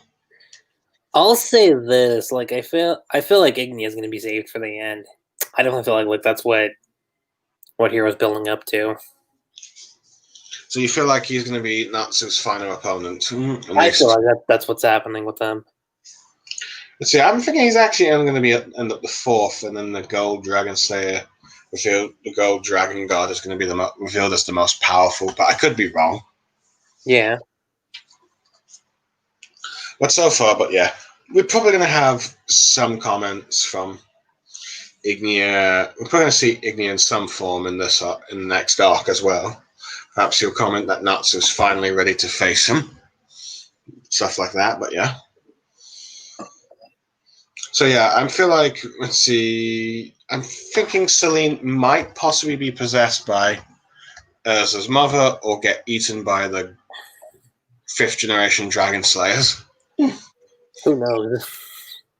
If I'm right, let's see, the next time we do a stream on Fairy Tail 100 Year Quest, we can comment that, holy heck, Blue Star Saber was right. He's cursed. I'm telling you, folks, he's cursed. Do you have to really do it in my own streaming channel? I didn't finish that sentence, but at least you know what I'm referring to, so. But yeah. So, after 2 arcs, let's see, how would you feel? Let's see, after 2 arcs, would you say that Fairy Tail 100 Year Quest is a good sequel, spin-off, or do you think it's so far justified its existence? I'll combine both answers together. That's a good sequel and it justifies its existence. Because I think this has always been the biggest struggle of sequel series and spin-offs. Is how do you justify the story? Yeah, I mean there have been good examples too. If you look at Percy Jackson to Heroes of Olympus, or what's another one I could think of, Star Wars to Empire Strikes Back. Or if you wanted to, or The Hobbit with Lord of the Rings being a sequel to The Hobbit. Yeah. Of course, there have also been some, let's see, rather controversial and sometimes outright bad ones. For example, for the Star Wars original trilogy, let's see, the sequel trilogy, for many fans, do not justify their existence. Yeah. I mean, it could have justified its existence if the other 2 movies following up from 7 would have been at least decent to a degree. And for Naruto, Boruto ended up, let's see, for many people, it's just I've just gotten so, ended up just getting so mad or just so apathetic of what it's done that they just, it seems to they just don't care, just dropped it and stuff. Well, granted, Boruto was always built off of shaky grounds to begin with. Yeah, it definitely was. Now, granted, if you had asked me before Naruto's ending in 2014, let's see, back then, and told me that I would enjoy a Fairy Tail spin-off / sequel more than a Naruto spin-off / sequel, I would have laughed at you. You probably would have. But here I am now saying that this series is, let's see, not only good, I think it's great in some ways. It's even better than some of the latest arcs of the old Fairy Tail series. Addresses many problems which were sort of not really proper, that were a bit left out or not properly addressed, or during the let's see, few final arcs, particularly explaining what happened with the remaining Spring on 12 members. And I think it's so far managed to justify why it exists, why the story is being told. Yeah.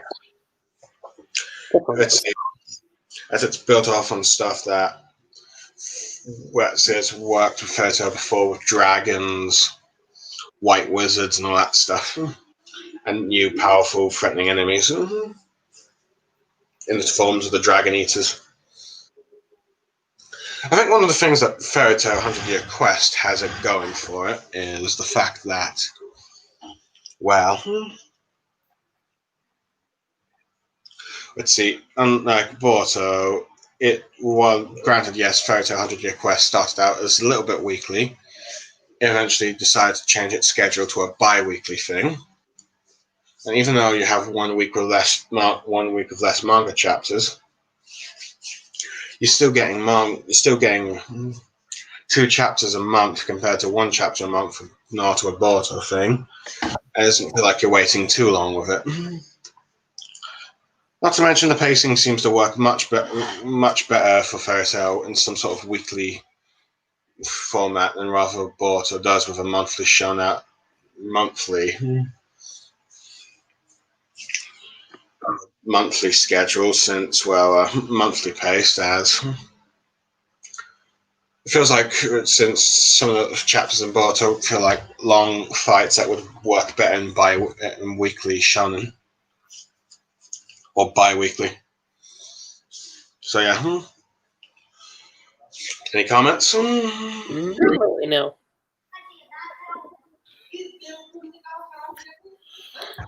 Okay. Well, anyway, I think we've just about covered everything we have about Fairy Tail 100 Year Quest so I think far. so too. Let's It's definitely in an interesting spot right now to see how everything goes. Yeah, we talked about how what the Fairy Tail was like before the ending and what our thoughts on the spin-off building up to it. We talked about, the first 2 arcs. We talked about what we've liked, what worked, if they justified it, and how it's better than some of the other sequel spin-off things. So yeah. Anyway, let's see. So yeah, Lucky Chi, I'll probably thank you for joining me. I'd probably call you again for when we're probably going to talk about the 3rd arc, the Moon arc. It was pretty fun. It was a lot of fun to be a part of. Yeah. Granted, I feel like we're probably going to have to wait at least a year or 2 before we find out when it's going to end or not. But hey, yeah. So far, so good. So yeah, thank you, Lucky G, for joining me, and I hope to see you again soon on either one of your podcasts or one of my streams, which I think I'm planning on doing another Naruto one soon. I just have to try and get chat to see when she can do it.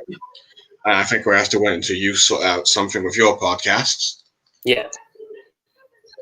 See, I'm Blue Star Saber. I'm Lucky G. And we're signing off. Later.